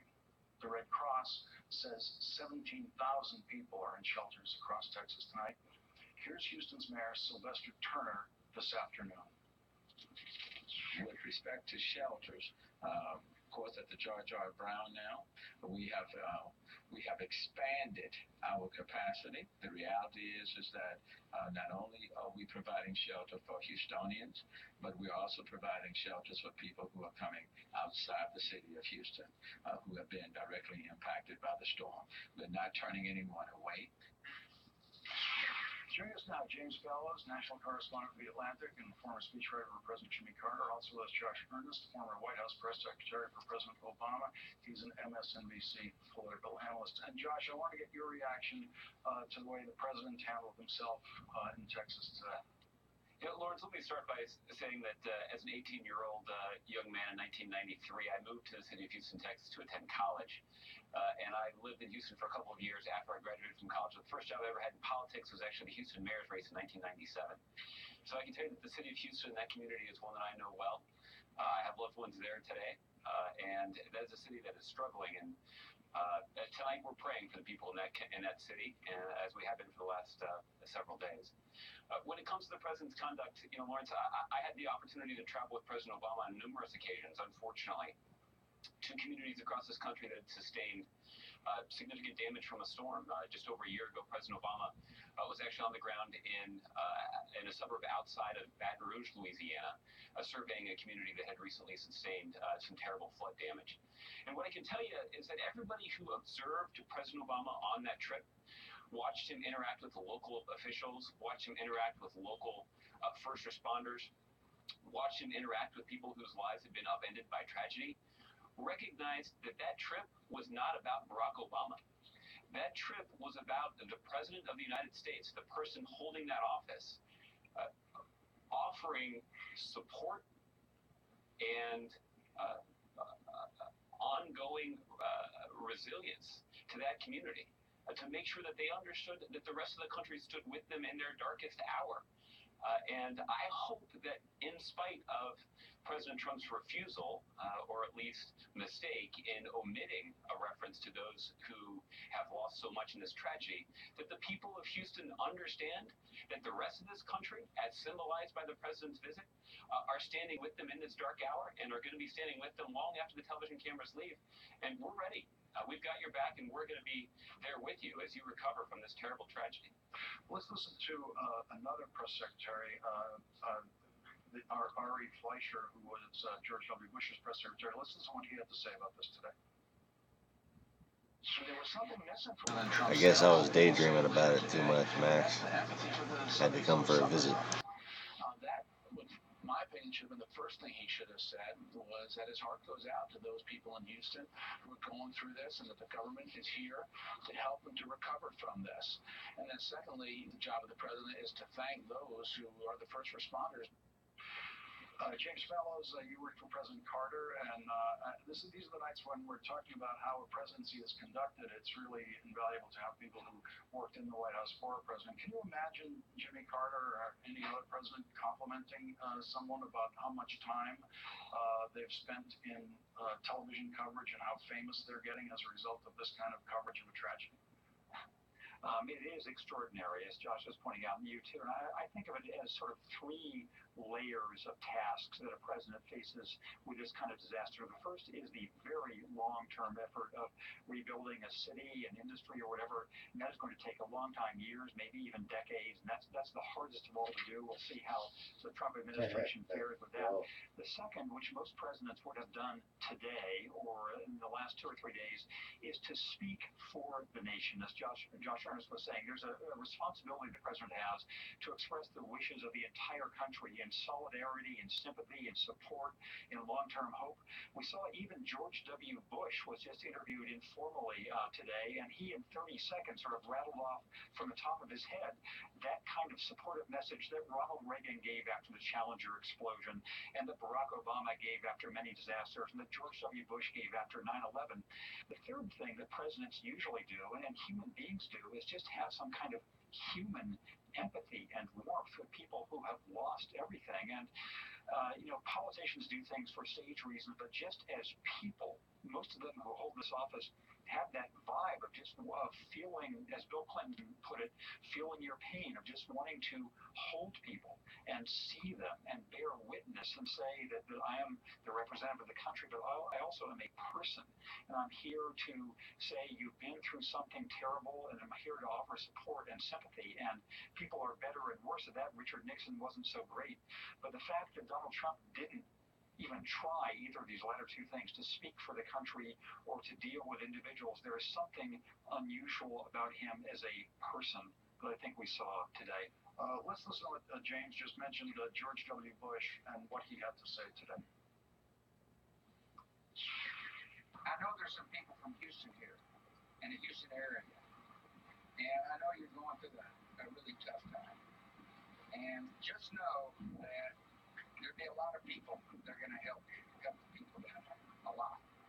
Country, right now they're recovering. And so the key thing on the recovery is to keep people safe.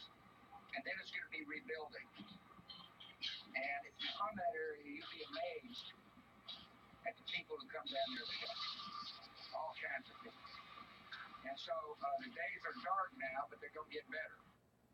And Josh Earnest, that was not news footage. That was not President Bush going somewhere where he was expecting to be making a public statement to Texas or the nation. That was just captured on personal video at that football field.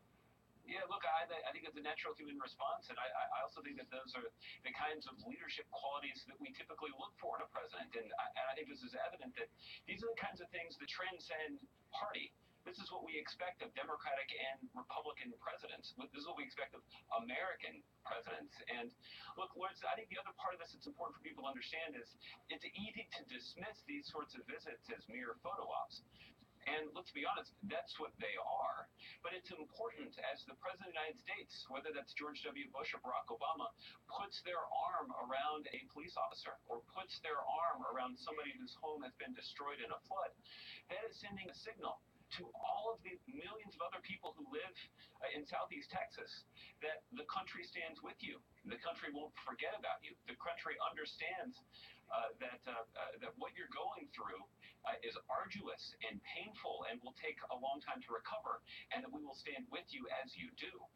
This is a situation where that image is every bit as powerful as the words, and unfortunately, during President Trump's day-long visit today, we didn't see either the image or the words expressing that important sentiment. And James, perhaps it's definitely more important than all of this. There's absolutely no evidence that President Trump has the vaguest idea of how to put the machinery of government to work for those people. Indeed, there's been both a rhetorical emphasis on government just being bad and an enemy, and you have to starve it in the cradle, et cetera, and over the past decade or more from his party, but also in the past now 8 months of his refusal to staff up the government, to imagine it's better to have all these posts standing vacant. And so this is the time when we see at the local government, we see these brave policemen, we saw the police, we see the firefighters, we see the local news organizations, organizations, we see citizens, we see the way in which a public infrastructure actually matters and will for years to come. It matters at the federal level too, and so we'll see whether people around him are able to, we hope, get the machine moving. James Fallows and Josh Earners, thank you both for joining us tonight. Really appreciate it. Thanks a lot. Thank you. Coming up, is Donald Trump going to be called to testify to Congress? Michael Isikoff has the latest on that. Yahoo News investigative correspondent Michael Isikoff reports tonight that, quote, a key Democrat on the House Intelligence Committee said the panel needs to seek testimony from Felix Sater, a business associate of President Trump, and may ultimately have to call the president himself in light of newly disclosed emails about a prospective Trump Tower project in Moscow that was being pursued during the early stages of last year's presidential campaign. This is a bright light in an ever-growing constellation of contacts between Donald Trump and Russia. Democratic Congressman Eric Swalwell of California told Yahoo News. Swalwell also told Yahoo News that Sater, a Russian-born convicted felon turned FBI informant, is a relevant witness who may have been a pivotal player in the relationship between Trump and the Russian government. But the committee will likely need to go further to resolve all the questions around this issue, including seeking testimony directly from the president. We don't want to be reckless, said Swalwell, but that should be on the table. My belief is we have to hear from all relevant witnesses, and it does look like President Trump, is likely relevant. Also tonight, the Senate Judiciary Committee and Donald Trump Jr. have agreed to a date for a transcribed interview behind closed doors about his meeting with a Russian lawyer and several other people, including other Russians at Trump Tower, including a man suspected of having ties to Russian intelligence. The president's son will not be under oath, and we do not know the exact date of that interview, but Politico reports tonight that a source familiar with the matter said the testimony would likely occur in the next few weeks. Joining us now, Michael Isikoff, Chief Investigative Correspondent for Yahoo News, and Jill Wine-Banks, former Assistant Watergate Special Prosecutor and an MSNBC contributor. Michael, this report that you have from Eric Swalwell saying it looks like the evidence is closing in on the president such that it will make logical sense to include him on the witness list. Will that require the cooperation of Republicans on the committee in order to get President Trump to testify? Sure, and there's inevitably going to be conflict about that. Look, to some extent, Swalwell is stating the obvious. This entire investigation is about potential links between Trump associates and the Russian government. The central question is ultimately going to be, what did the president know about such contacts, and when did he know them? And the only way ultimately you can get responses to those questions is to question the president himself. Now, whether politically you can pull it off, that's a whole other question. Obviously, to the extent that Republicans remain behind the president, they would resist. Right now, they control the House and the Senate, so it's not likely. But as the pressure builds and as more and more evidence comes out, and if you get conflicts in the testimony that the committee gets from some of the participants, it's hard to see how they, at the end of the day, don't try to get the president's testimony. And Jill, isn't that the point, that it's going to be a matter of how the evidence develops, and if it develops to the point of, as Michael says, conflict in the testimony or incriminating testimony about the president that only he can resolve, that's when you can develop a momentum where it becomes difficult to resist the demand that the president testify. I'm not saying the president couldn't resist it, but that Republican members of Congress at some point may have to say, yes, this testimony is required. Every time I ask when is enough sufficient, I am surprised by how much the president can get away with. So yes, he may not ever really have to testify because the Republicans may not have the courage to force him to, but it is a logical next step. We definitely need to know. And the difference between when he says something in public, even if he's lying, and many of the statements he's made seem to be lies, they're in conflict with other people's testimony, that's not a crime. But if he says it under oath, then it is a crime. So he either has to contradict what he said in the past, or he has to repeat things that are in conflict with other testimony. So that's the danger for him in testifying, and it's exactly why everybody would like him to testify under oath. On the under oath piece with Donald Trump Jr., I just want to point out it is a crime to lie to Congress in any investigative session that they're doing, whether it's under oath or not. And so whether he's under oath or not, he is still exposed to what is in effect a possible perjury charge, even though it's technically called something else. If you're not under oath, lying to Congress is similar to lying to an FBI agent. I want to listen to what Representative Adam Schiff said about this.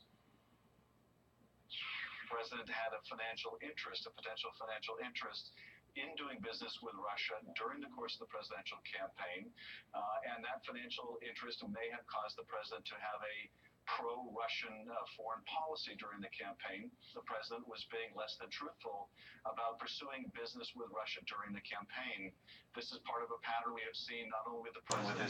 Oh, so they went and scrolled my Twitters and started to look at what I wanted them to do. Yes, the word is pro-Russian. Donald Trump is pro-Russian. Very good, boys and girls. Very good. Look at the record here on what Trump has said about the various issues that relate to these emails. Trump, of course, famously said in the interview with Lester Holt last year, I have zero interest this year. Zero interest, nothing to do with Russia. He actually did respond to questions under oath in a deposition about Felix Sater, the twice convicted felon who actually pitched the whole Trump Tower in Moscow idea, and he said, I wouldn't know him if he walked into the room. And this is a guy who there's multiple pictures of Trump with him at the breaking ground for Trump Soho. Sater had a business card that listed his office in Trump Tower and identifying him as a senior advisor to Donald Trump. When Alan Garten, the chief counsel for the Trump Organization, was asked about this last year, he said the business card was in 2010 and the arrangement that Sater had with the Trump Organization ended 6 months later. Well, these emails show Sater pitching a project in late 2015 and early 2016 to the Trump Organization. So there are a lot of reasons to question the credibility of the statements that the president and his top people have made about this for quite some time. Jill, we've got an important question tonight about a report on subpoenas from the Special Prosecutor's Office. Robert Mueller has subpoenaed a spokesman for the Trump campaign chairman, Paul Manafort, a former spokesman for Paul Manafort, demanding records related to his work with Manafort, seeking that testimony. Also subpoenaing a former lawyer for Mr. Manafort, has also received a subpoena. Now, this goes straight, I know in everyone's mind, to the attorney-client privilege. And Jill, what are the exceptions in the attorney-client privilege that allow a former lawyer of Paul Manafort's to be subpoenaed? There are a few, not very many, and that attorney-client privilege is really a bond that is hard to break. But, for example, if they were engaged in a business deal together outside their attorney-client relationship, which it does seem that some of Trump's lawyers were also business partners or business employees of his, that would not be covered by the privilege. If they were conspiring to commit a crime, even if the attorney was acting as an attorney, that would not be covered. If they were plotting something that violated federal law or state law, that wouldn't be covered. So there are a few things that could be, but without any more information, it's really speculation as to whether the attorney for anybody could ever be forced to testify against that client. So just getting this out for us a little bit, this is one of Paul Manafort's former lawyers. If that lawyer resists the subpoena, do they end up in some kind of evidentiary hearing in court where it is revealed or revealed to us publicly why that lawyer is actually being subpoenaed? It could be, and of course there is a lot of pressure now to have some of these witnesses who are cooperating in closed-door sessions to be public in their testimony, because the public has a right to know before the elections what is going on. We shouldn't jump to the conclusion that something criminal has happened, but there's enough suspicion that you can't help but do that. They are acting guilty. The president does everything that makes him look guilty. His son looks guilty. That's just something that can only be taken care of if they testify in public and can explain themselves in some way. So yes, it's quite possible that we could possibly find out exactly why the attorney is being questioned. And Michael, we have at the same time that the Democrats are developing the possibility of demanding President Trump's testimony, we have at least one Republican in Congress trying to pass an amendment, basically throw an amendment on a budget bill to limit the special prosecutor's investigations, say that it must end in 6 months, saying that it can't investigate anything that happened before the presidential campaign. Yeah, I don't think that has much prospect of passing. Even if House Republicans were going to go down the line and keep that in the House bill, I can't imagine the Senate doing the same, especially given the frosty relationship that the president has with Republican senators at the moment. Yeah, and it remains to be seen how many votes it would actually get in the House at this point. Michael Isikoff, Jill Weinbanks, thank you both for joining us, and I really appreciate it. Thank you, Lawrence. Coming up, the new sheriff in town, the sheriff who beat Joe Arpaio in his last election.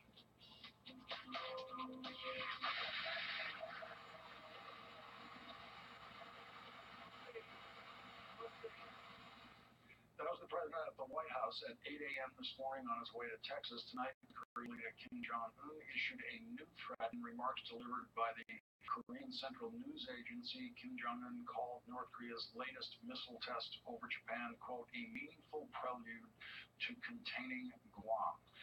Tonight, the United Nations 15-member Security Council held an emergency meeting and condemned the missile strike over Japan as an outrageous threat and demanded that Pyongyang not launch any more missiles and abandon all nuclear weapons and programs. At his rally last week in Phoenix, the president seemed to believe that Kim Jong-un had a newfound respect for the United States and presumably President Trump.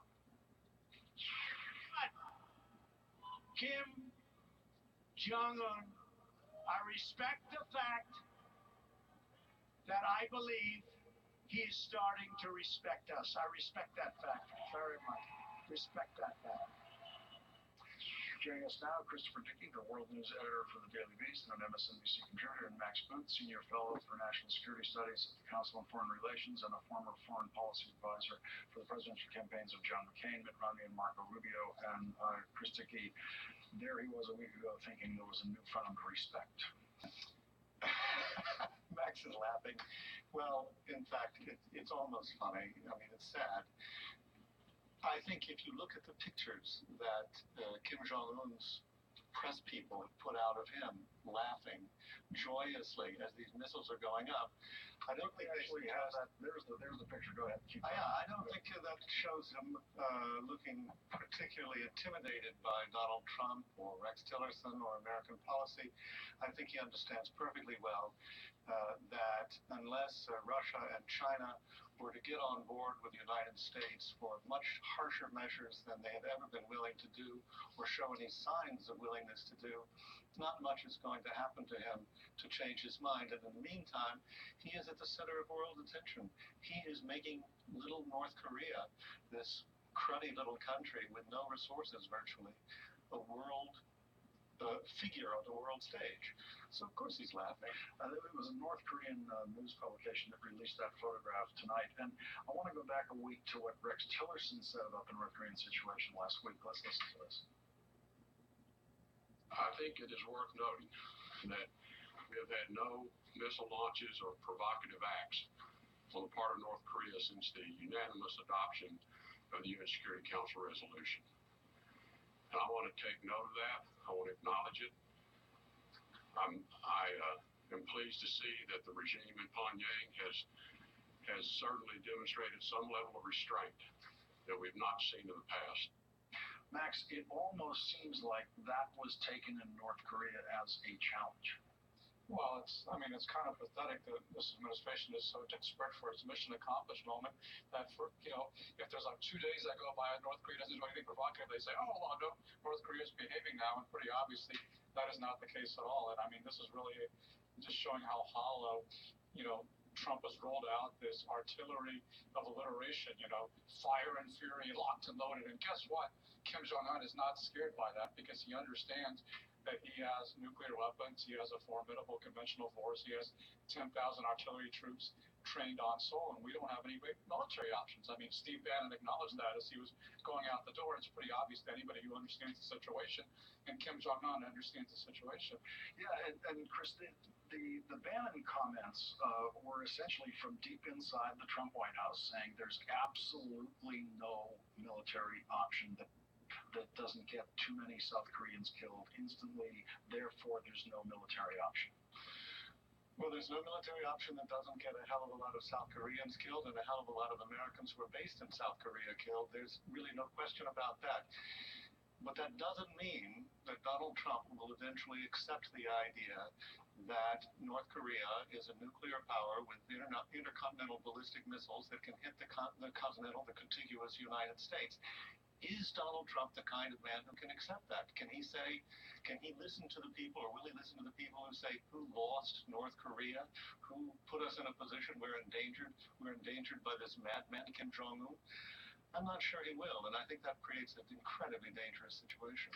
Max, what is the reasonable counsel now to the president in this situation? Well, I think the only thing that we can do reasonably at this point is really just do the same thing that we did with the Soviet Union.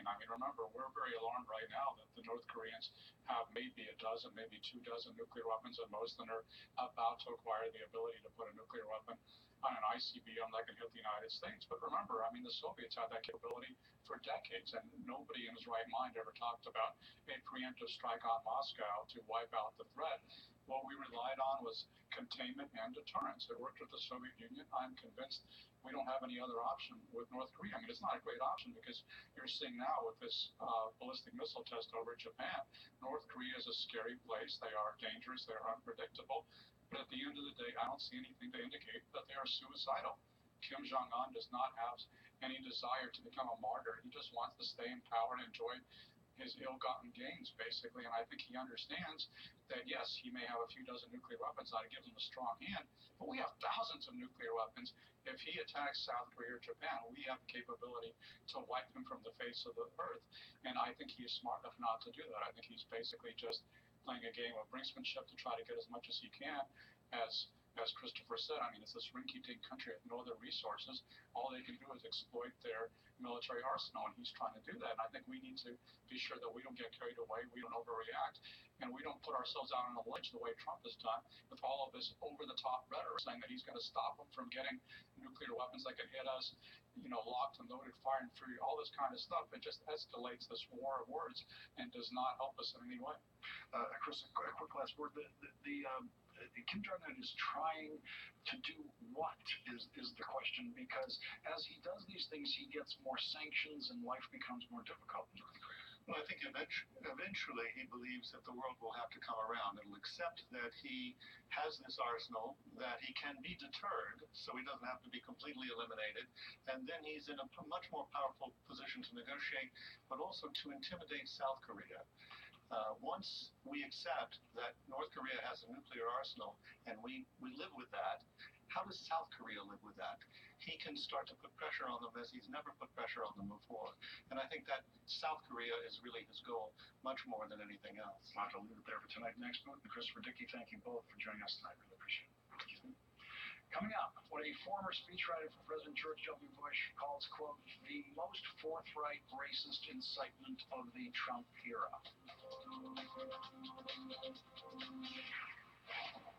What do you say to your critics, even some in your own party, who say it was the wrong thing to do? Well, a lot of people think it was the right thing to do, John. Sheriff Joe is a patriot. Sheriff Joe loves our country. Sheriff Joe protected our borders. And Sheriff Joe was very unfairly treated by the Obama administration. In the Washington Post today, former Bush speechwriter Michael Gerson addressed his column to Republicans, saying the Arpaio pardon constitutes the most forthright racist incitement of the Trump era. Complacency is permission. Resistance is required. Any party that swallows the Trump Arpaio ethic will be poisoned. But still, most congressional Republicans remain silent on the Joe Arpaio pardon. But some have spoken up. Yesterday, Senator Dean Heller of Nevada joined both Arizona Republican Senators John McCain and Jeff Flake in disagreeing with the Joe Arpaio pardon. I don't believe anybody's above the law. I just don't believe anybody's above the law.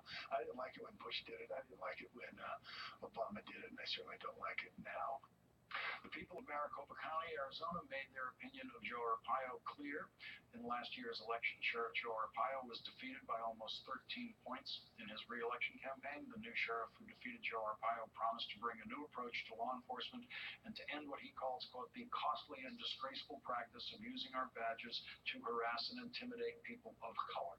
The new sheriff of Maricopa County who beat Joe Arpaio joins us next.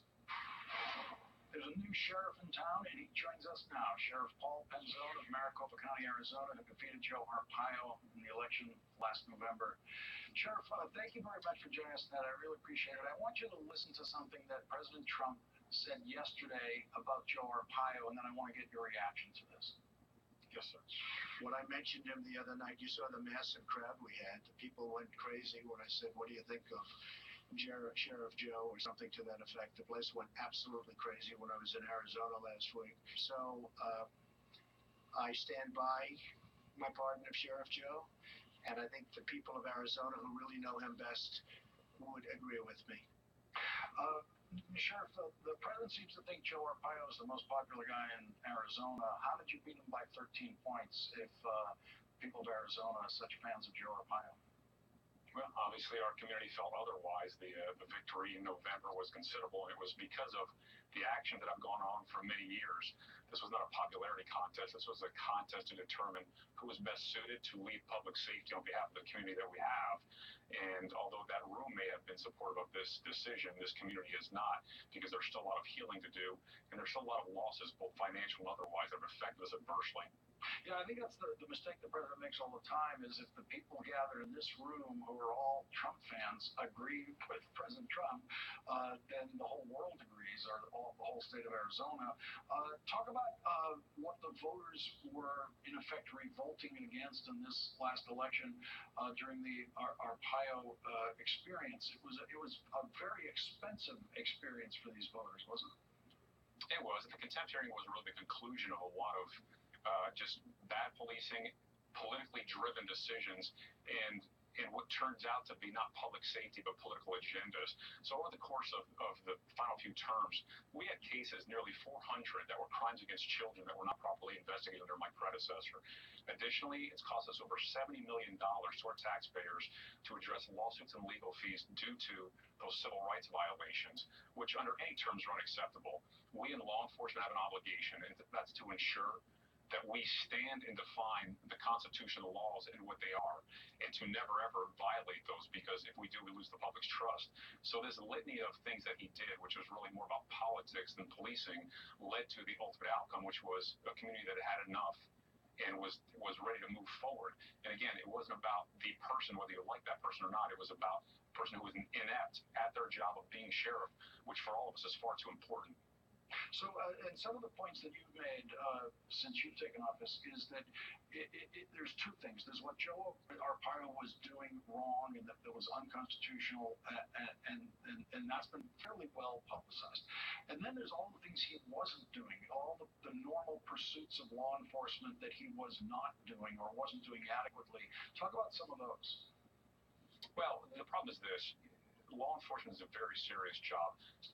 The community is dependent on us for their safety. So smoke and mirrors that is dedicated solely for misdirecting issues or political agendas is never acceptable. So as I spoke of before, we had 400 cases of crimes against children that were not properly investigated. And at the same time, my predecessor created a squad that was specifically designed to investigate and attack political adversaries. He had sent people to Hawaii to investigate the birther investigation. At the same time, we had patrol divisions that were understaffed or challenged with everyday investigations without having enough deputies on the street to keep them safe. So we have to be fundamentally sound. Politics has no place in law enforcement. And at the end of the day, this community expects that we're going to be that stable force, that no matter who you are, what you look like, or where you come from, that our job is to keep you safe and to enforce the laws based off of behaviors and not off of the color of your skin or any of those other factors. So it was time to remove the nonsense from the office and get back to being just a stable, legitimate law enforcement agency that was professional, ethical, and led with integrity. Sheriff Paul Penzone, thank you very much for joining us tonight. Really appreciate it. It's my honor. Thank you, sir. Thank you. Tonight's last word is next.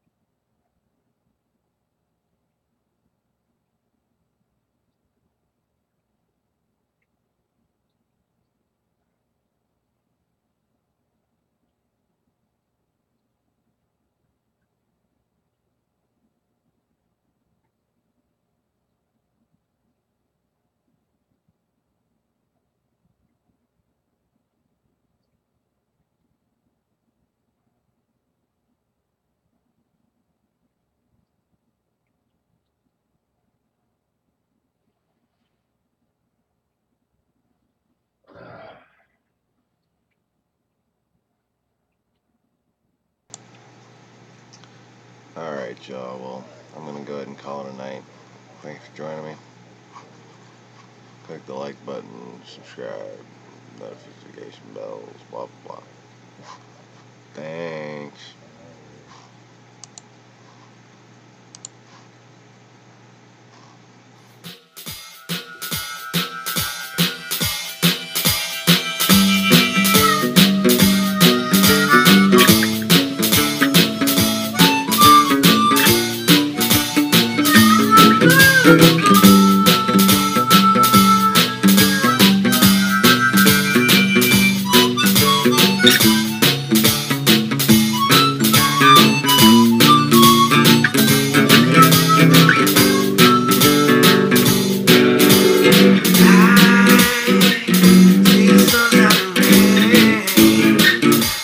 Takes my pain back to breathe out of another thing.